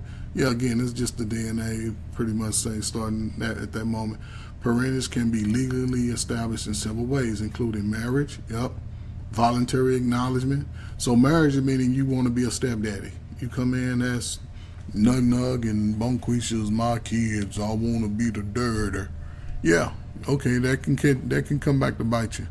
Because if you divorce, you still obligated to support someone else's children. So I wouldn't recommend that. But hey, if you can find love and everybody loves you that way, then yeah. Or you may end up like the dude that thought he was going to graduation and didn't get a ticket. So no, don't do that. Voluntary acknowledge? Nope, don't do that either. Don't do that either. Don't just say it's your baby. I know it look like you and got that lazy eye like you got, but no, may not be yours. It may be your cousin's. Court, meaning you go to court, now they saying, okay, the court is pretty much going to come in through marriage, even if the action of voluntary acknowledgement would take place in the court, or it may take place in the child support office too. You don't have to go to court, you just acknowledge it. And or through the DNA, you'll go back to court. Administrative order, similar thing. You don't show up, she says you're the father, now it's just sitting on the books that you're the father, and you come to find out like, hey, I got a kid. Then you have to go get a DNA and sort of backtrack, but that's going to cost you time. It's going to cost you money. So yeah, if you know, most of the time we probably know who we got pregnant. I ain't gonna lie, a man pretty much knows. He probably remember that night. I think both people know. Both people know who got them pregnant. I do. I think both people know. Like, dang, he done got me. He done knocked me up. Oh man, she pregnant. I think people know. I could be wrong, but I think people know. Order establishment. Depending on the jurisdiction, the proceeding may take place before a judicial or an administrative decision making, meaning you can involuntarily agree. You can voluntarily agree. You don't have to go in front of the judge or administrative decision maker. See, that's just somebody else saying, okay, you the father, you the mother. That way you know the mother is, but no, you don't have to do that. Don't do that. States and tribes with, again, Title IV programs must use presumptive child support guidelines. Presumptive, meaning you should be assuming, include current support and medical support. Yes, meaning financial and medical support. This is where the government comes in. This is where they're making you pay for welfare. Order may include retroactive support if allowed. See, some states go back to the beginning of the birth, where they charge you with the birth. That's the catch. That's the catch. It don't just start when you show up in court. Some states do. Some states start 5 years ago. And you look at it, be like, how old 50,000? Well, the baby was born in such and such hospital and under medical, because you got to pay for medical, and they make you pay for the birth. So you're already $20,000 in the hole. Don't do it to yourself. Don't do it. Believe me, that $20,000 will turn into 80. So be careful. Child support guidelines. There is no federal child support guidelines. Now, see, how can that be so? When you have the federal government already said you have to have certain provisions under your child support rules and regulations. It already said it, in order to get that money. So how do they not have a guideline? They set the guideline. States and tribes with Title IV funding child support programs must use numerical formulas. You know what that means? They must calculate how much you're going to pay. They must calculate how much you're going to pay.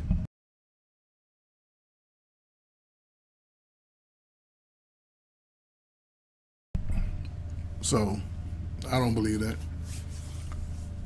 If no evidence of actual income, guidelines may input income based on certain factors. See, no evidence. You ain't working, they just gonna go by minimum wage. They'll probably go by federal minimum wage guidelines, but I would argue if they couldn't go by the state's minimum wage. I would argue that. There's something to know that you wouldn't get told. And if you get an attorney, which I don't recommend, but if you do, because they'll tell you get an attorney, now they playing you on both sides. Just know what the state minimum wage is and go in there and say, Your Honor, can I pay the state minimum wage because I'll get a minimum wage job in this state? Because the federal minimum wage could be $15, $12, $15. But in your state, your city, you're only making $8, $9. So make sure you know the difference. That $4 difference can be big. You have to know the difference between the federal minimum wage and state.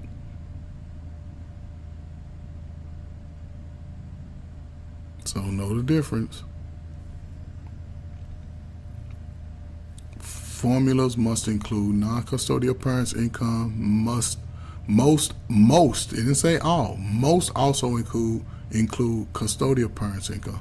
See, that's the catch. Formulas must include non-custodial parents' income, all of your income, everything you get, they looking at. Most also include custodial parents' income, depending on the state. Be careful. Depending on your state, know your state law. Before you think you want to have a baby, learn your state laws as it obtains to child support. Just learn the state laws. If no evidence of actual income, guidelines may input income based on certain factors. See, that's when they're going to look at the income, the minimum wage income. Make sure you know what your state and the government, the difference between the state and federal. Make sure. Federal, it may be the same, but you better know for sure if it's two different ones.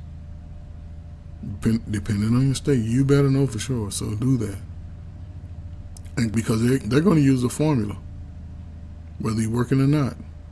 States and tribes must review guidelines every 4 years and must update the economic data. So again, if you have a tribe, you start a tribe, you can find out what the guidelines is to start a tribe with your family, and make sure people that you know, and make sure if y'all having children, then you have some guidelines, and it can be both parties are responsible, 100% apiece, 50-50, both parties. But if you going under the government's rules and regulations, as individuals, the government will always win. And you must update it every 4 years based off inflation. So it might go up $15, $20 every year. So definitely something that needs to be known.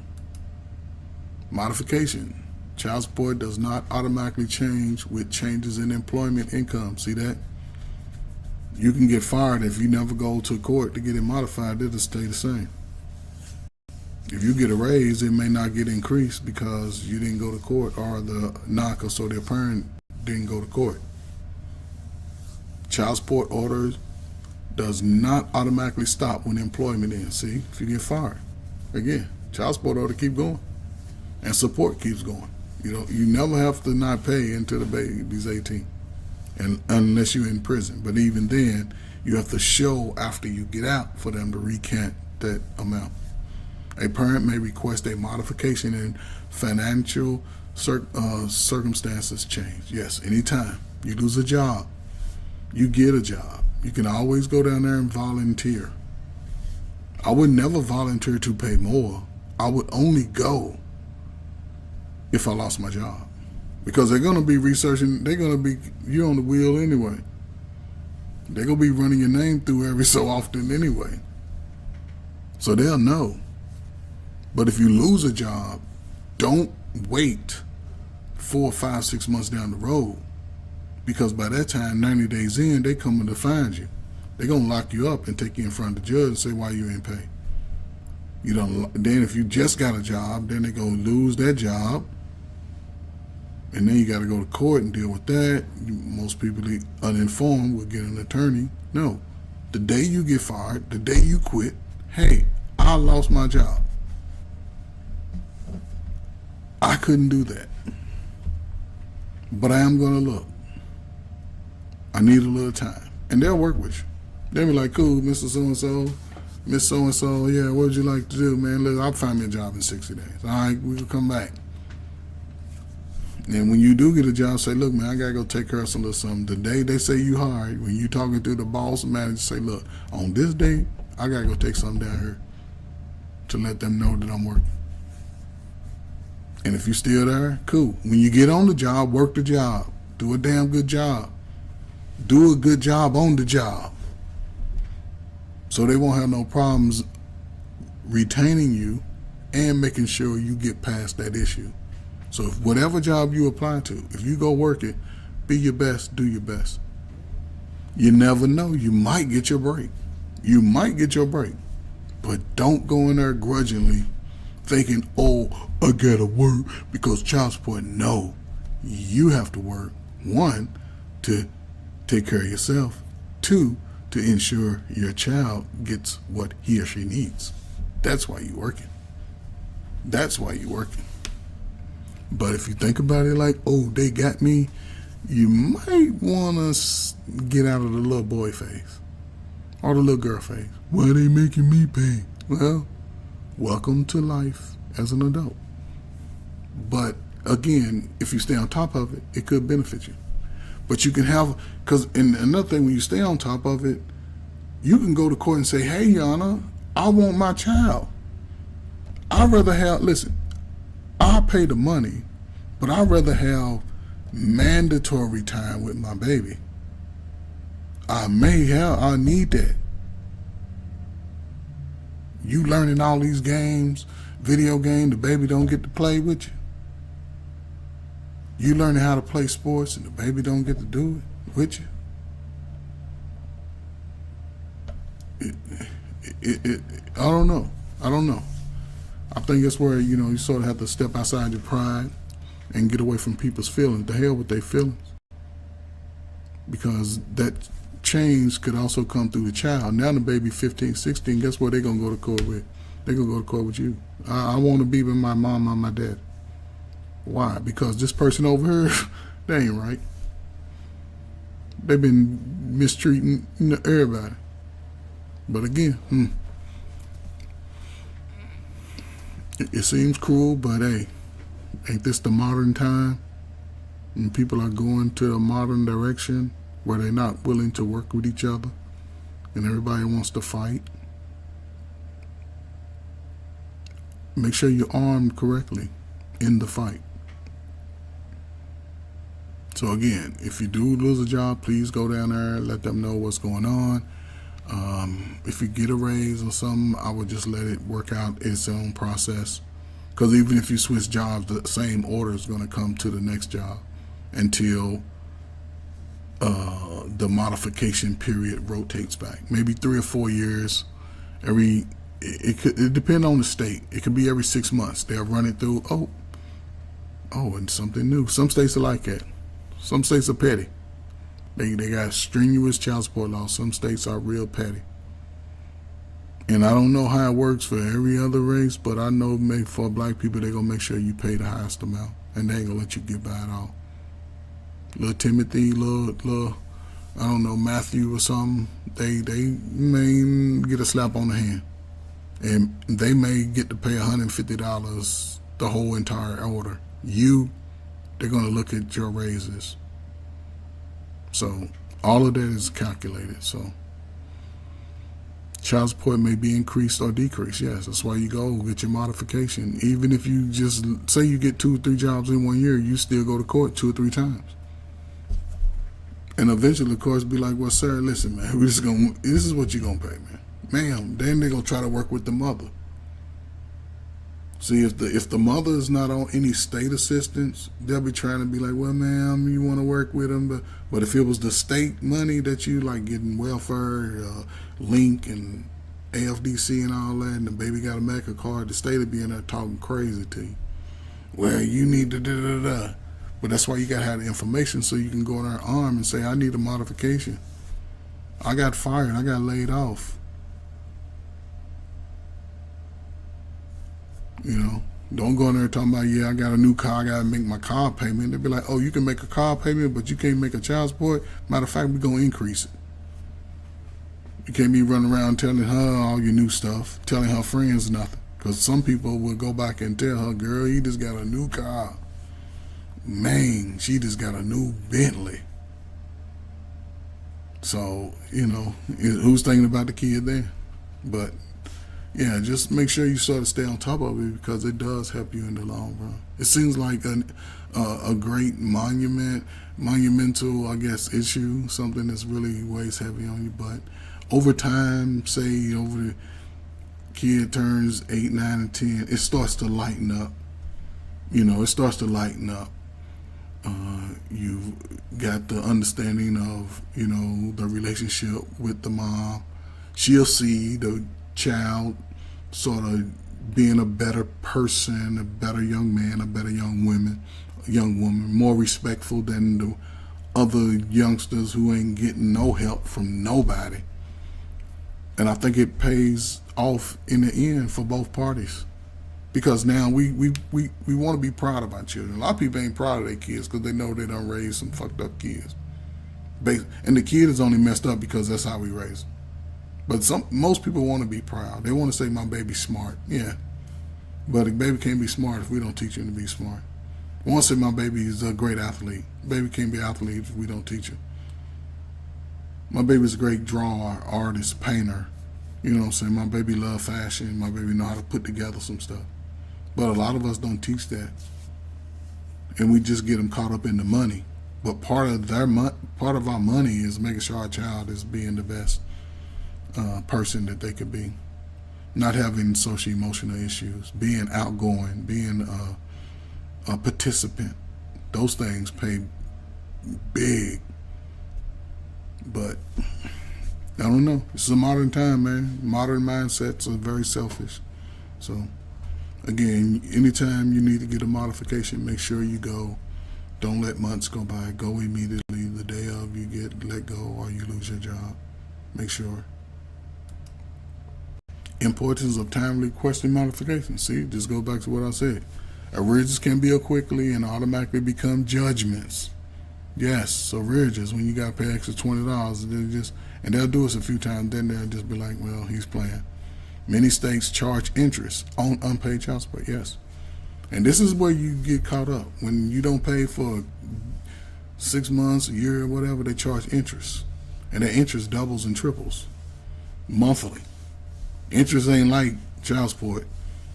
Interest doubles and triples on top of the child support. Non-custodial parents still owe arrearages after their children are no longer dependents. Yes, that is true because of the interest. Low-income parents may have thousands of dollars in child support arrears. Low income, you hear that? That's people who work less than 40 hours a week, most of them. That's people who have 2 and 3 children, 2 or 3 different cases. Not the children, it's just the cases.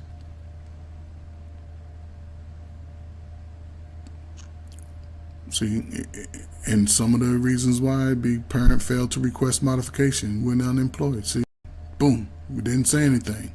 You just rolled it out, listening to your slow friends. Man, forget that, man. I wouldn't, man. The court's already involved, so you better let the courts do their job too. And it's not just for them, it's for you. Court or agency-based order on inputted rather than actual income. See, they just say, well, based on what you could make, because the parent did not appear and produce evidence of earnings. See, when you don't show the court, they just gonna put it on the highest rate that they can put it on. And they know you, based off your job before, that you couldn't make that much. But this is what happens. This is what the court is going to do. And they'll pretty much do that when the mother is getting money from the state. Yeah, they gonna come and get all that.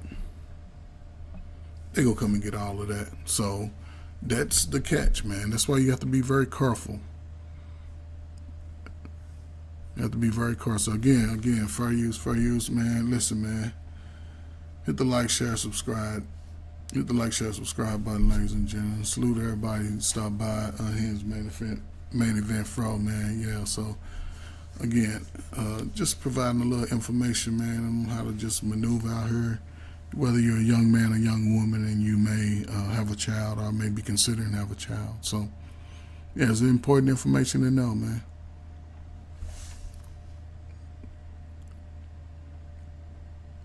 So let's go to the next slide. So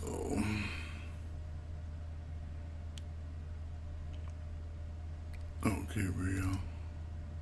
State support collection. Yep. Federal law requires the states to have enforcement laws. Yeah, see? I thought the federal government wasn't involved. But here they are. Requires states to have enforcement laws, including income withholding. 70% of total support collections nationwide is coming out your income. Standardized form for employers. See, they all have the same form coming from the government. The government told them the federal government law requires have enforcement, meaning you better go get that money. If you want some of our welfare money, you better go get that child support money. It's a ball game to keep both parties poor. It's 20 hours.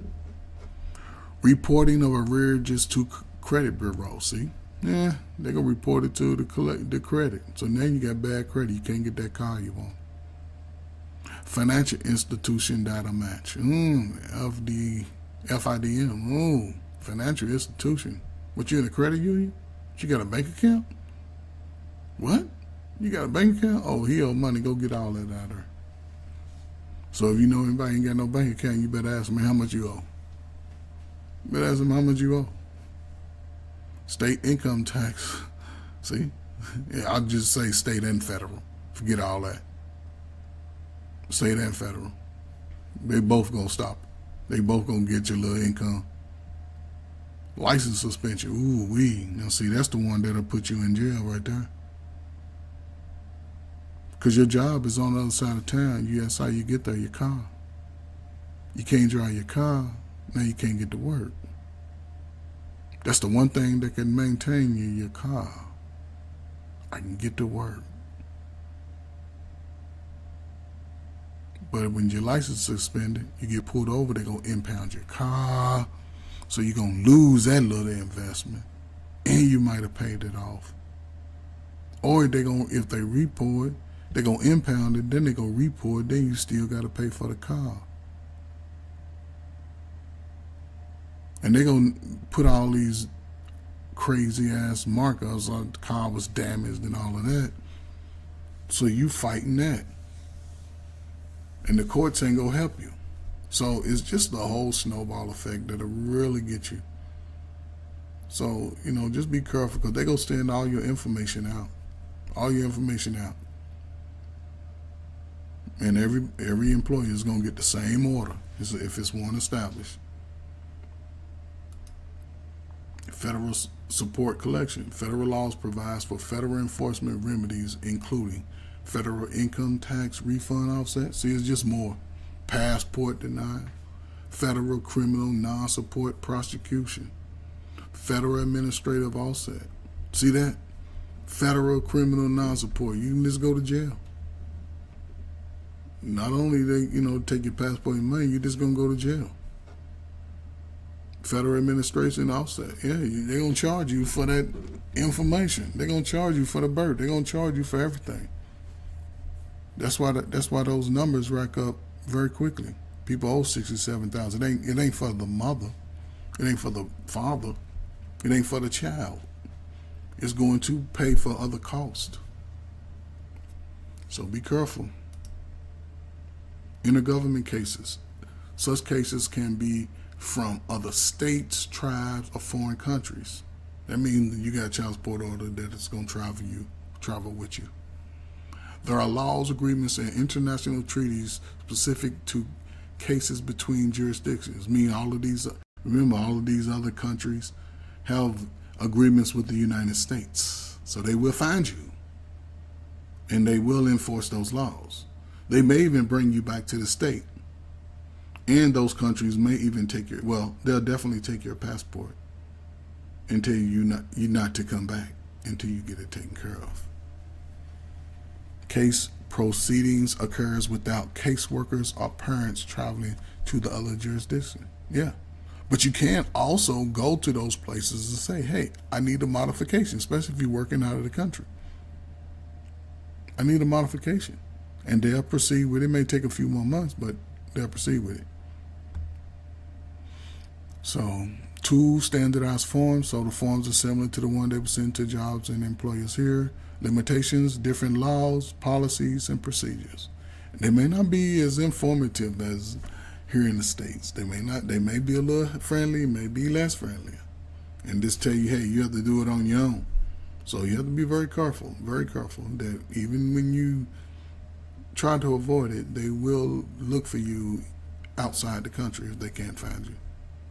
So everybody's in, I guess, the communication circle when it comes to looking for people who try to avoid supporting their child. How many veterans? Oh, you just see how many veterans. So just take these numbers and pretty much double it and possibly triple it. It's only about 535,000 veterans, 5%, who receive VA compensation. So out of all the veterans, only 5%, only 5% of veterans, over 10 million veterans, receive VA benefits. 535,000 out of 10 million cases, right, of veterans. So you just take this number and double it. So say 15 million who may not be veterans. What is it, about 20 million? So I'll say about another, I would say no, I would not know. I would say another,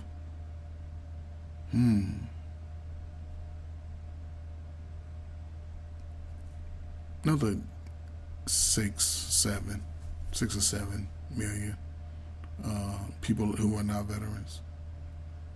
Well, I think, so the total cases is 10 million and 500,000 of my veterans. Okay, I get it. I get it. Yeah, so yeah, even veterans, even if you're getting compensation, you still have to pay. Half of state child support programs have over 10,000 veterans. Yeah, you see in the green, and Texas has 61,000 veterans who are all on child support. Everybody else has at least 10,000. Now you can see the middle of the country, like Midwest. Most people don't reside in those areas. I'm sure that there are some cases, but they'll run a little different because it's not as common as it is in your Midwest and Eastern and Southern states. So just interesting to know. And again, take these numbers, you can add another 10,000, just to everybody else, maybe double. So I don't know how many states that is. I'll just say that's 15, 20 states. Yeah, about 15, 20 states all have at least 10,000. So you take 10 multiply by 20. That'll get you your answer. then you say take and double it again, and that'll probably give you the total number of men with children. Well, I ain't gonna say men and women who are on child support. Yeah, who are on child support. So probably about 10 to 15 million people altogether on child support. Yeah, I would say that. There you go. We say characteristics of veteran child support cases. About 50% of veterans in caseload are more than 50 years old. Yeah, most people that own child support still paying over 50. See, and again, it says veteran, but it's applying to people who haven't been in the military. Most of those, I would say about 50% of those people are non-military. I have over 50 still paying. I would say 65, 70% are still over 40. And I'll just say that 40 covers the 50 also. Add another 25%. And I'll say 40 years old and over are still paying. Yeah, still paying. So many cases are arrears only. See, still paying arrears. So the child's been 18 since you was what? I would say 40. And some are still paying. Most of it's arrears. You done paid the regular amount, but the average support amount owed by veterans is $24,000. So most veterans still owe at least $24,000. Now, how is that working for the government? Because the government should be taking money out of the check. So it's really unique how these numbers are very high. It's really unique. And this is just, again, this is talking about veterans. So you take this out. What is the amount owed through non-veterans? Probably close to the same, maybe a little higher. Because like I said, the military does have provide you some supports. And a lot of veterans take advantage of it. But it's an alarming number, 50 years old, and you still paying child support. And I would add another 25, 30, about another 50% of people outside the military are 50 years old. And when you go to 40 and over, I would say about 75%, 80% still owe. So how can child support agencies help veterans? So it's just pretty much the same. There's agencies that can help. But the thing for veterans is a benefit because, and I'm finding this out like today, a bridge management program. So some veterans, who may be homeless, but they still owe child support. Maybe some veterans who've recently gotten out of the service and not really knowing how to start that process. And they've gotten, what I'm saying, because a lot of veterans have to make adjustments. I was the man and people called upon me to have a great responsibility. Now that I'm out, I don't really have a responsibility.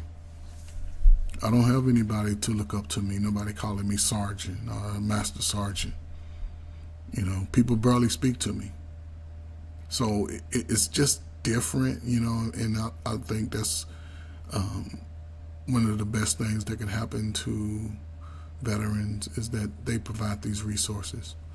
And the average Joe, someone who may not have gone to the service, may not get these type of resources available to them. But they are out there. You just won't be informed about them. The courts won't tell you. Child support office won't tell you. A caseworker won't tell you. An attorney won't tell you. Your baby mama ain't gonna tell you. The state ain't gonna tell you. Nobody will tell you about these resources. And so you just have to be careful, man, and really do your research. It'll help you really establish realistic payment plans, come up with payment plans, because a lot of veterans do get, some do get compensations, but, some don't. Reinstate drivers and professional licenses. See, yeah, your driver's license and your professional life, if you're a welder, carpenter, electrician, HVAC, truck driver, they take those licenses. Now you can't even have you can't even have a livelihood. It destroys you in a sense. So, and they'll review the order for you. They'll let you they'll look at your order and tell you what next to step, what next to take, what steps are next to take. Yeah. When it's time for close, they'll review it for closure. Like, we need to close this. So it's again, the resources are there. You have to really go searching for it, and definitely get in contact with your state agencies.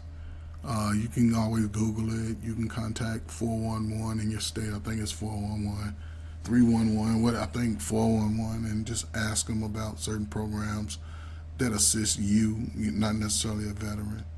The non-custodial parent. Find out what your non-custodial parent rights are.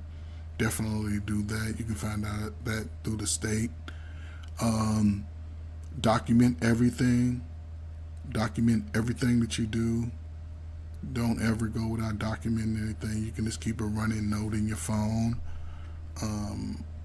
Definitely go for modification if you lose a job that same day.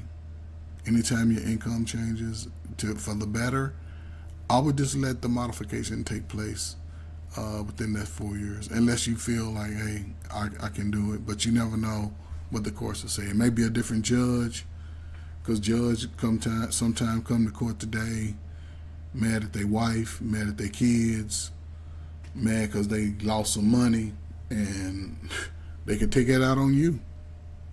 So be careful. Again, they can reinstate your driver's license, review orders for modification, which is always a good thing. Review case for closure. Yes, get your case closed once you pay it off, man. And those states move slow on closing your case. So again, frequently asked questions. People do ask a lot of questions about it, So this is one. Can a father be responsible for a child he did not know about? Yes, he can. It doesn't matter. Because if she say you the slow baby's kid, and more than likely you knew you got her pregnant anyway, unless she was that type of woman. But if you mess around with that type of woman, then you just in the frying pan. You in the lottery, and you won the lottery. So again, so here's the answer to that. Yes. Even if the relationship ended before the mother knew she was pregnant, yes. See, a lot of guys that claim that, but we was sleeping together 6 months. But okay. Mother never told him she was pregnant. Ooh, now see, that's low down and dirty. That's low and dirty. The mother does not want him to spend time with the child. Now, we see that often. Yep, they don't want to establish that bond. They want to keep that baby slow and dumb and overweight and low self-esteem. Yeah. Now, unless it's a violent situation. If it's a violent situation, yes. Yes, but even then, there could be someone good in the child's life despite that. You ain't got no big brother, no good guy, no good uncle, auntie, somebody that could take the time and teach some good morals and values to the baby. But I don't know. People are a lot selfish with their children. He is responsible for support if he is legally established as the father, meaning he acknowledged they defaulted him, and he took a DNA. So one of those three, you are legally established. If a man is unsure that he is the father, he should request a paternity test. That's a DNA test. Paternity tests and DNA tests are one and the same. Paternity, father, paternal. They want to make sure your DNA matches up, and never agree to establishment unless you take a DNA or a paternity test. Your Honor, I would like a paternity test today. And you get the paternity. And then when you go back to court after you've done your homework, Your Honor, I would like to request some few things, since I'm now going to be paying by obligation to support my child, which I fully agree with. However, I do want joint custody. I do want to be able to spend time with my baby whenever I want to. I have an apartment. I'm living with my mother. She stay downstairs. I stay upstairs. I got a whole bedroom over here. My baby can have its own bed. My baby can even sometimes sleep with me after we watch a good game. Yes, I want that. I can take the baby to school. I can pick the baby up from school. I can get the baby every other weekend, but I can still pick the baby up and drop. I can still, if the baby ain't with me, I can at least pick the baby up from school. If the baby's with me, I can drop the baby off. She can pick him up. We just work together. Now, I think that would be something logical a well-rounded parent would say. But we know most parents don't agree to that capacity. Most parents are not going to do that because they don't want to ever feel like they can't do it or ever admit that they're a failure. And it's not about being a failure because, again, it's about who? The child. What's in the best interest of the child? And the child having access to both parents creates so many healthy dynamics. So many healthy dynamics. A child that has access to both parents, the child is going to be well balanced for the most part. We can't let our child continue to hang around the fucked up side of the family. No, we can't do that. We can't let them go over and spend the night. We're seeing what's happening. You don't let them go spend the night. No, they can either hang out over here or not at all. But we can get together early and hang out outside for a day or two, and that's it. We go somewhere and we stand in a hotel. Me and my baby stand in my room, and y'all kids stay over in y'all room. But ain't gonna be my baby with y'all, no kids room, no. I'm gonna be with me and my baby in my room, and y'all be in your room. But that's just me. Because I ain't got time to be watching your little, funny acting kids harass my baby. I couldn't do it. No. But okay. So again, request a paternity test. So next question. My client said he did not know about this child support order. Is that possible? Yep. It is possible not to know that the order. But the client should have received notice of the action. They're going to mail it to your last address, and you might not live there for 2 years. Due process requires notice of the support action. Yes, that's the part of the law. They got to send out a letter. State or tribal law may allow personal service by sheriff or process server. State or tribal, so the sheriff can serve you. Service by certified mail, yes, typically the best one, that the most frequent. I ain't gonna say the best, but the most frequent. Return receipt requested, where you gotta sign for it. And if it comes back, then it just sometimes goes into default. It doesn't matter if you know about the order. They try to send 10 letters out. They ain't gonna do it too long, maybe 6 months, and then they'll say, okay, then he's the father. Child support proceedings may go forward without the parent being present. Anytime you get a child support court date, show up. Show up. Don't let them, or have a representative there for you. Even if you got to send a relative that can speak well of you, someone that could have a list of things that you wrote down, requesting for your child due to health issues, due to work. But there are ways that you can get ahead of it. Somebody that you trust, that knows you and supports you, and also provide them with written document of your request through child support and the support of your child. Plays big dividends, but a lot of people don't know that, and I think it's one of the best. I think it's one of those underdog statements that people just sort of dismiss. You can't have someone represent you, but they have to be well equipped with the information. So many individuals ignore court summons out of fear or misunderstanding. Again, fear, misunderstanding. People think, oh, I'm going to get to court, you're going to go to jail. No. When they send you to come to court, get up off the couch, tell your job 2 weeks in advance, hey, I need to take off maybe a half a day. Sometimes court dates be in the afternoon, or if they're at 9 o'clock, hey, I won't be here till after 1 o'clock, 2 o'clock. You get in there at 9, they probably see you about 10:30. Hey, such and such, what's going on?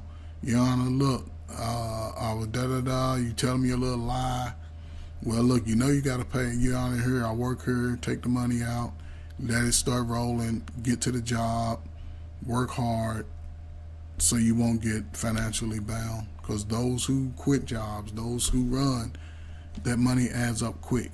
And you will find yourself 50, 60, 70 years old still on $50, $60, $70,000. And it will affect your Social Security. You won't get any, maybe $20. You get $15 and $20 food stamps. So they don't care if you go to the streets at that point. They don't care. At that point, you don't care. And you can't really do anything about it because you passed your work state. You ain't as strong as you are. And so, like, you hear it all the time. You may die alone. But it don't just go for men. It also go for women, too. It's important to stay up on this responsibility. And again, you can always request access to the child. Request that. Request that. Your baby down 9 and 10, Your Honor, you can go back and say, hey, I want to see my baby more. I need this. What do I have to do?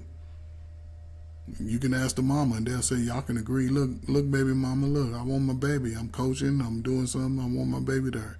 And she had to say it to the court. Boom. Yeah, okay, but I'm serious now. Okay, I'll be over, and you just make it work. Only focus on the baby, not who she dating. Anybody she dating, you go there and say, hey, man, don't mess with my baby. That's mine right there. Keep it moving. He'll see that, he'll respect it. If not, he'll just disappear. But, again, so it's a great time to be better, folk. In the meantime, hit the like, share, subscribe button, ladies and gentlemen. Hit the like, share, subscribe button. To Coach Ferg, ladies and gentlemen. Hit the like, share, subscribe button, ladies and gentlemen. So appreciate all who stopped by again. Appreciate all who stopped by. So, another question. My client said he didn't see the kids. Does he still have to pay child support? Yeah, you know what the answer to that is. Yeah, he still got to pay. Yes. Yes, he has to pay. Although there's not an emotional connection between spending time with one's child and paying child support, there is no legal connection. So they don't care about ain't no legal connection. They don't care about your social emotional. Both parties who don't let people see their children, they don't give a damn about the social emotional of the kid. Don't nobody care. A non-custodial parent must pay child support even if the parent does not get to see his or her child. Yes, that's why I say you pay. And when your baby old enough, let them pay. Look, you can show them all the receipts. Yeah, babe, I've been paying every month. I don't know what your mama been telling you. I don't know what your daddy been telling you. Maybe they still mad at me. Are you mad at me? Don't worry about feelings. The baby's feelings will be hurt because the baby's being left out of the communication of the truth. Tell the baby the truth. That's the only one needs to deserve the truth is the baby. Because even then, the baby may not want to hear the truth. Because they've been so conditioned to believe the lie. They've been so conditioned to read the lie. And they may not want to hear the truth. But the truth will set them free, though. You just stand on the truth. May hurt some feelings. They may come around later. Maybe when they become parents, be like, damn, now I see. Yeah, too bad. Too bad. But again, a lot of people, we get into our feelings about it, and it sort of puts us in a bad state. So, yeah, stand on the truth, The custodial parent must comply with a parenting plan visitation order, even if the non-custodial parent does not pay child support order. See, if you're not paying, you still get to see your child. But again, that's where you go when you lose your job, to the courts. Your Honor, Judge, I lost my job. I got fired today. I need time to find a job. They will give you that time. They will not continue to add that child support clock up on you. But you still have acts. When we go to court, Your Honor, do I still get to see my baby? Yes. Ma'am, could you ensure he sees his baby? Matter of fact, Your Honor, baby mom, can I take him home with me? I'll bring him home. And then you take the baby might not be there. The baby might not be there, especially if it's doing school, more than likely. But you can request, can I get on the school documents? Can I be on the, the pickup list. Can I get my baby to pick my baby up from school? She can get all that in court. Get all of that in court. Or mediation. Even in mediation, those can be a list of questions that you want. A list of things that you want. See your baby on the weekend. Have first right of refusal, meaning that if she's doing something that don't require the baby, and it's after hours or whatever, the baby come to me. Especially if I got access to take the baby to school, that's even better. So she can go out anytime she want. Here, bring the baby to the house. Yeah, he be over here with me.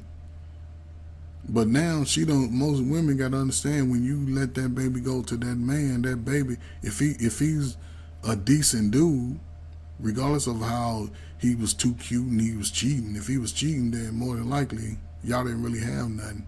He ain't really want nothing. But if he's a good dude, he gonna make sure his baby ain't turning out with,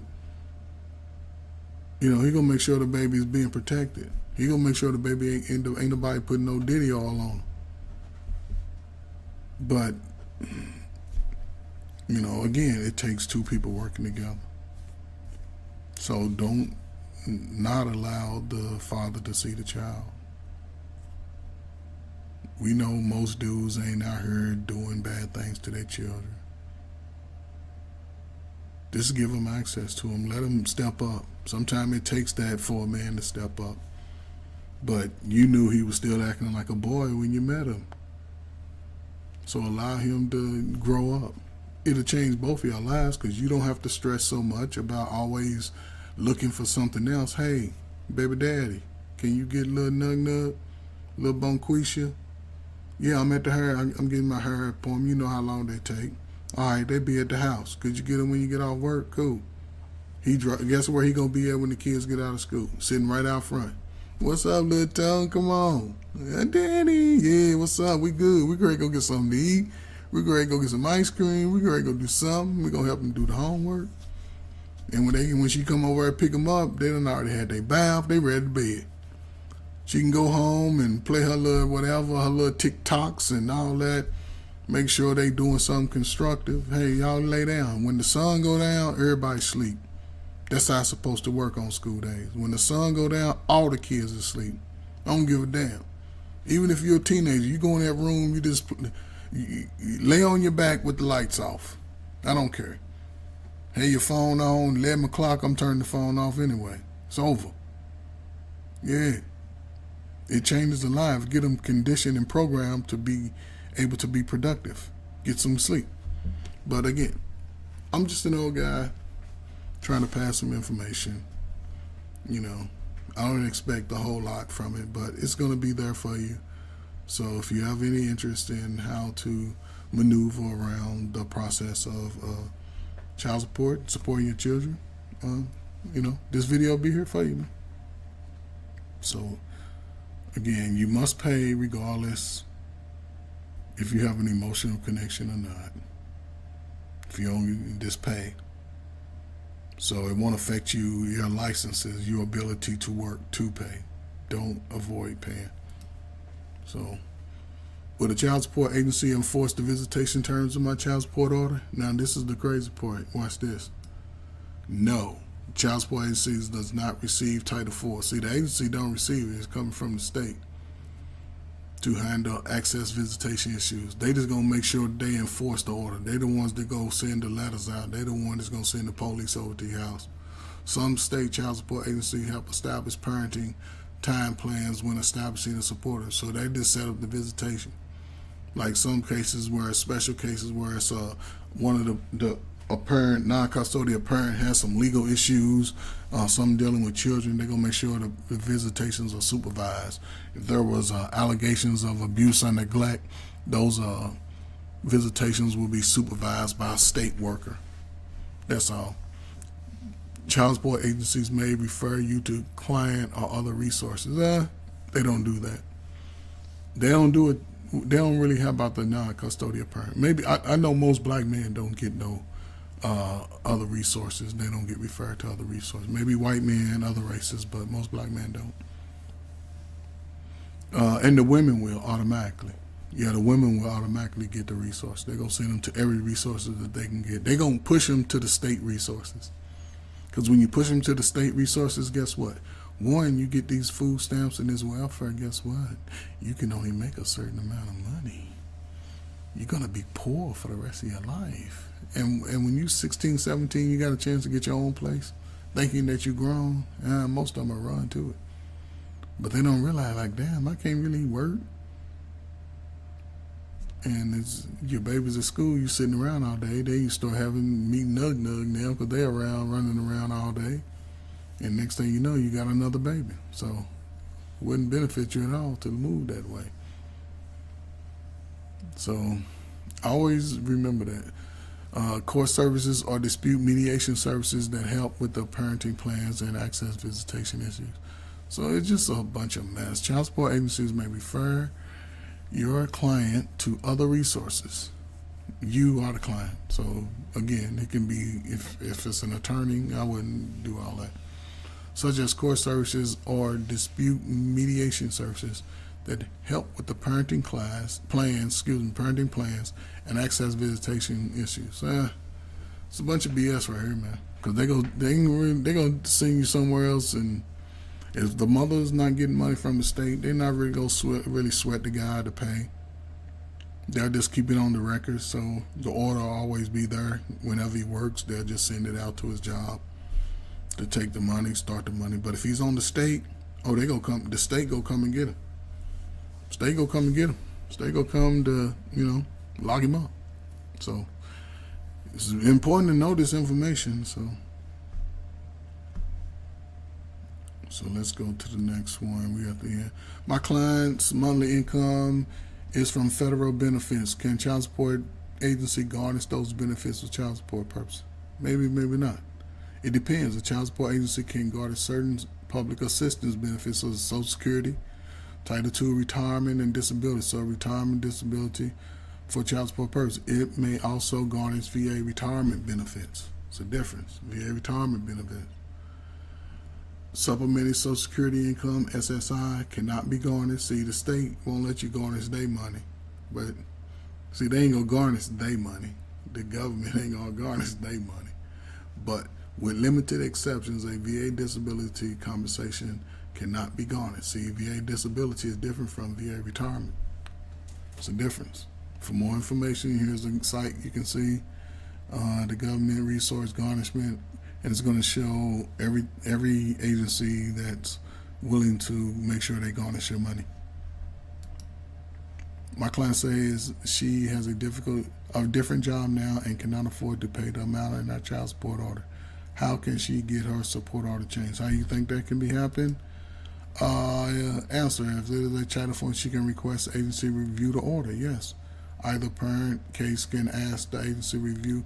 Either parent, whether you're the custodian or non-custodian parent, review the order at least every 3 years or whenever there is a substantial change in circumstance. Yes, you lose your job, go. Incarceration, go. It is important for your client to contact the child support office as soon as possible. Yes, I mean, go. I would notify them, but go put your case on the docket. The child support agency moves slow. Go. Put your name, go to the family court, and put yourself on the docket. It's a form you fill out. It takes 5 or 10 minutes to fill out. They're going to say, at least the courts will have it already. If you wait for the agency may take 2 weeks. The money's piling up. Then they get the case a month, 2 months later. The money's piling up. Put yourself on the docket. Week or two later, you'll be in court. Maybe 2 weeks later at the most.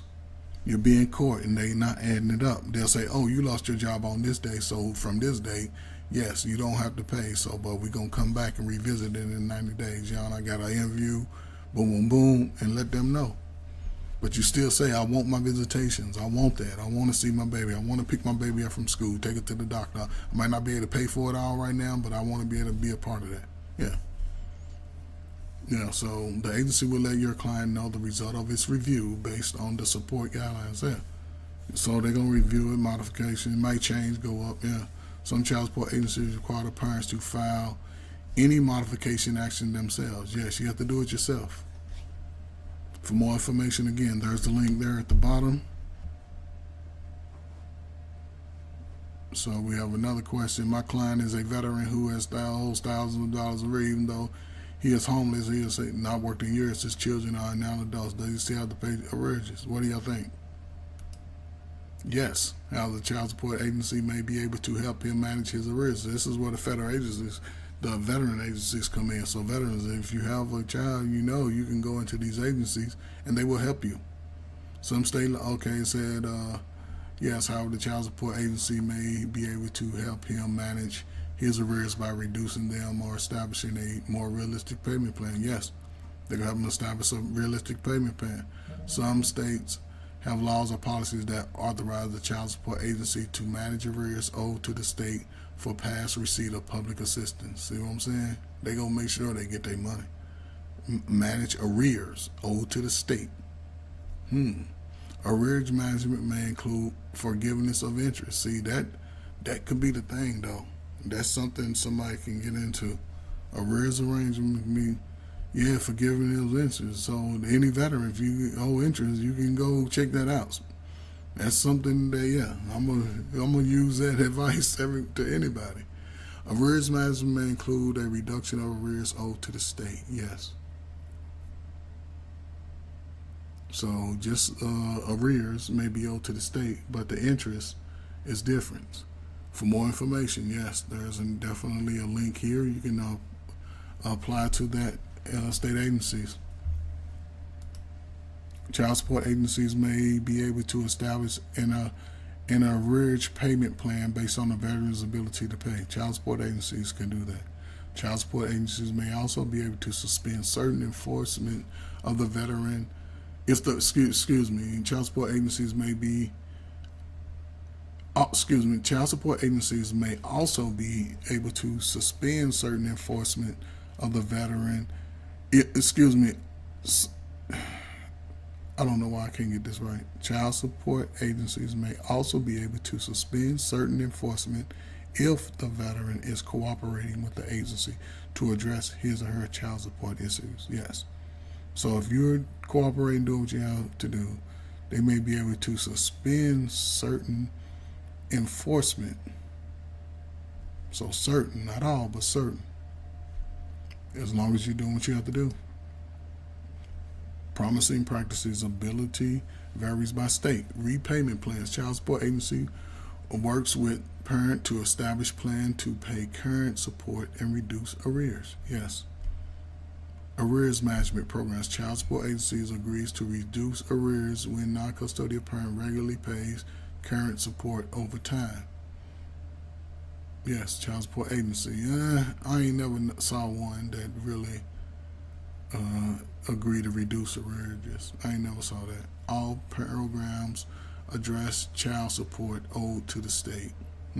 See, when you owe money to the state, they go find you. Some addresses child support owed to the custodial parent if the parent agrees. See, the parent have to agree to that. So, next question. Promising practices include limited enforcement. Child support agency suspends enforcement if the non-custodial parent complies with requirements such as participating in job training or responsible fatherhood programs. Yes.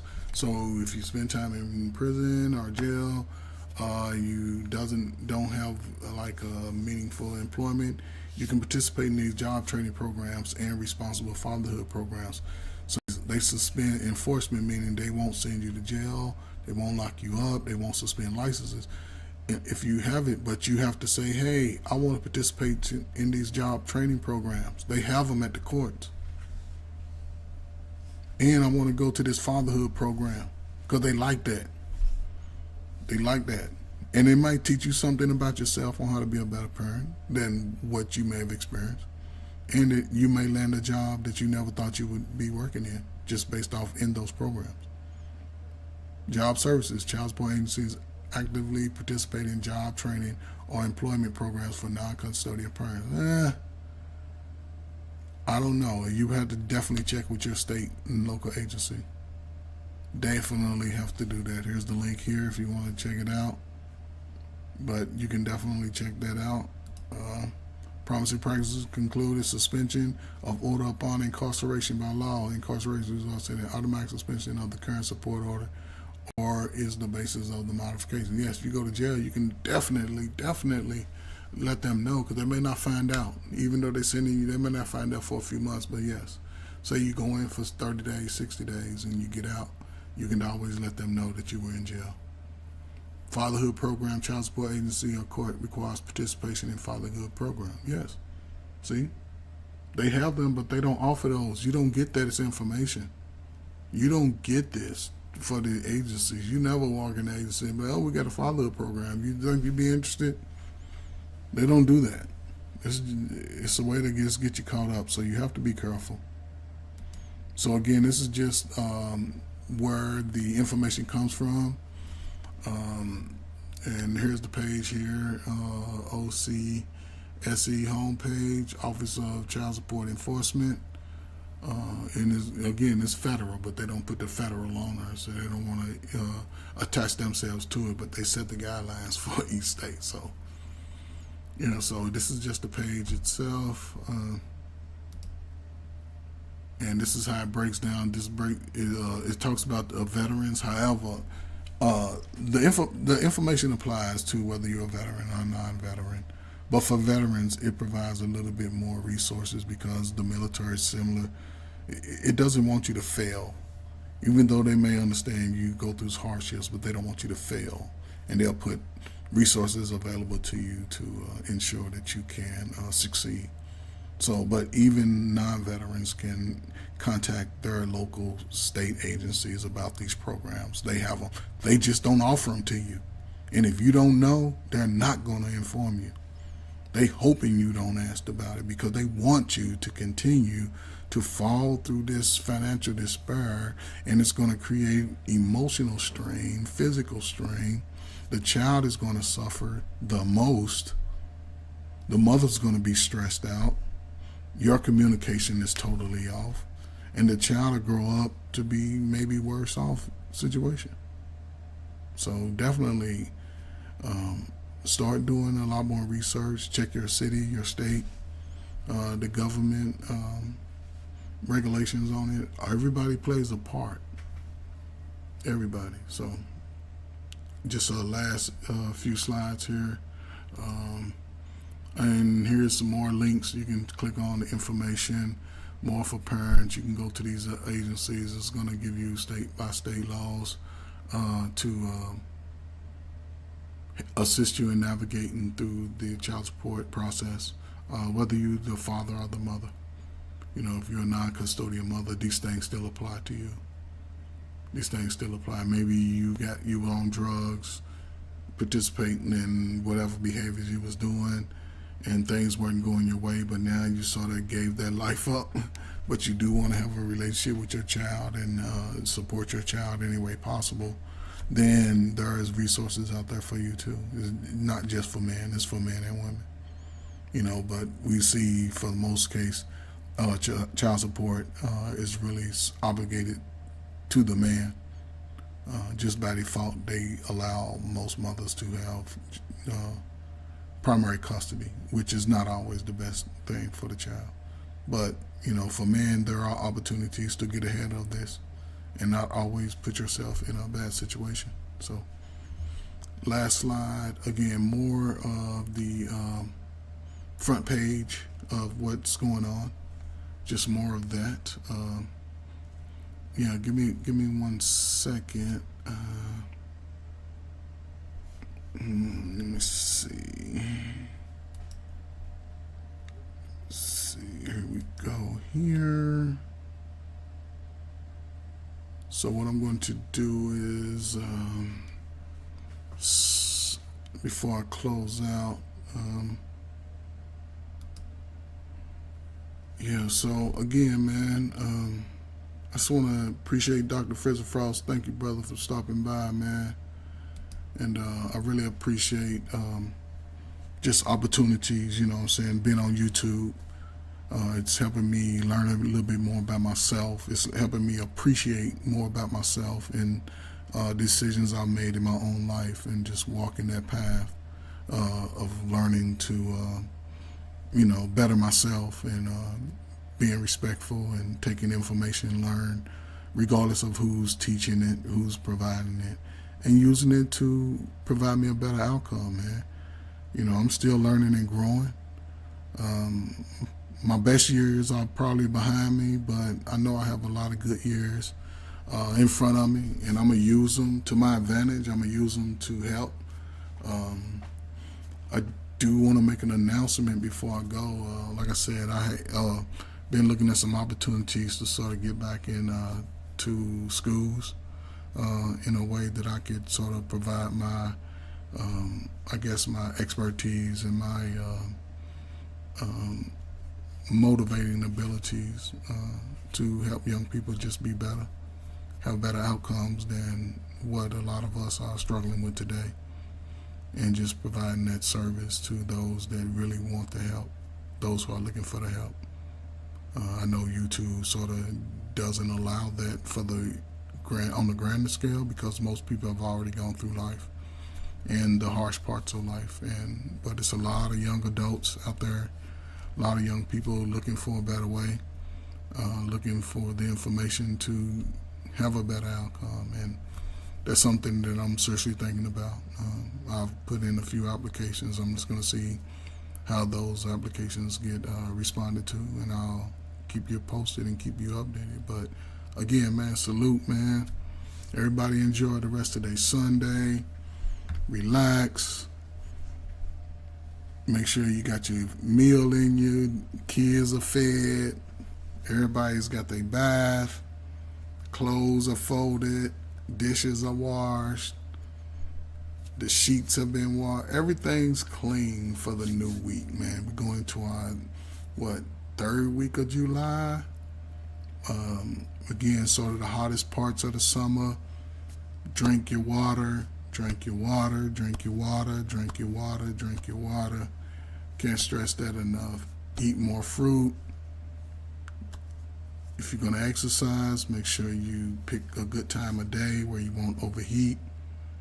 If you know what I'm saying? So make sure everybody's safe. Make sure everybody's healthy. Lock your doors. Lock your windows. You know, get you a good night's rest. Let's start the week off safe. Let's start the week off protected. Protect our children. Protect yourselves. Ladies and gentlemen, I am Coach Ferg. I appreciate y'all coming out, man.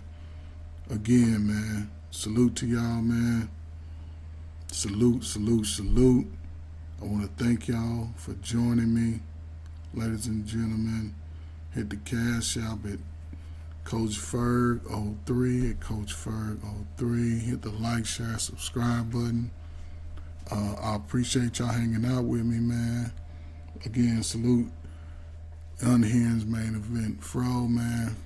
A real brother. Y'all go check him out, man. He has great content, great shows. He's the wrestling guru, the movie guru, the entertainment guru. He does his thing, man. He's the reason why I'm here right now. So salute, man. Salute to all the content creators, man, out there doing their thing, man. So appreciate all y'all, man. But again, man, I'm out.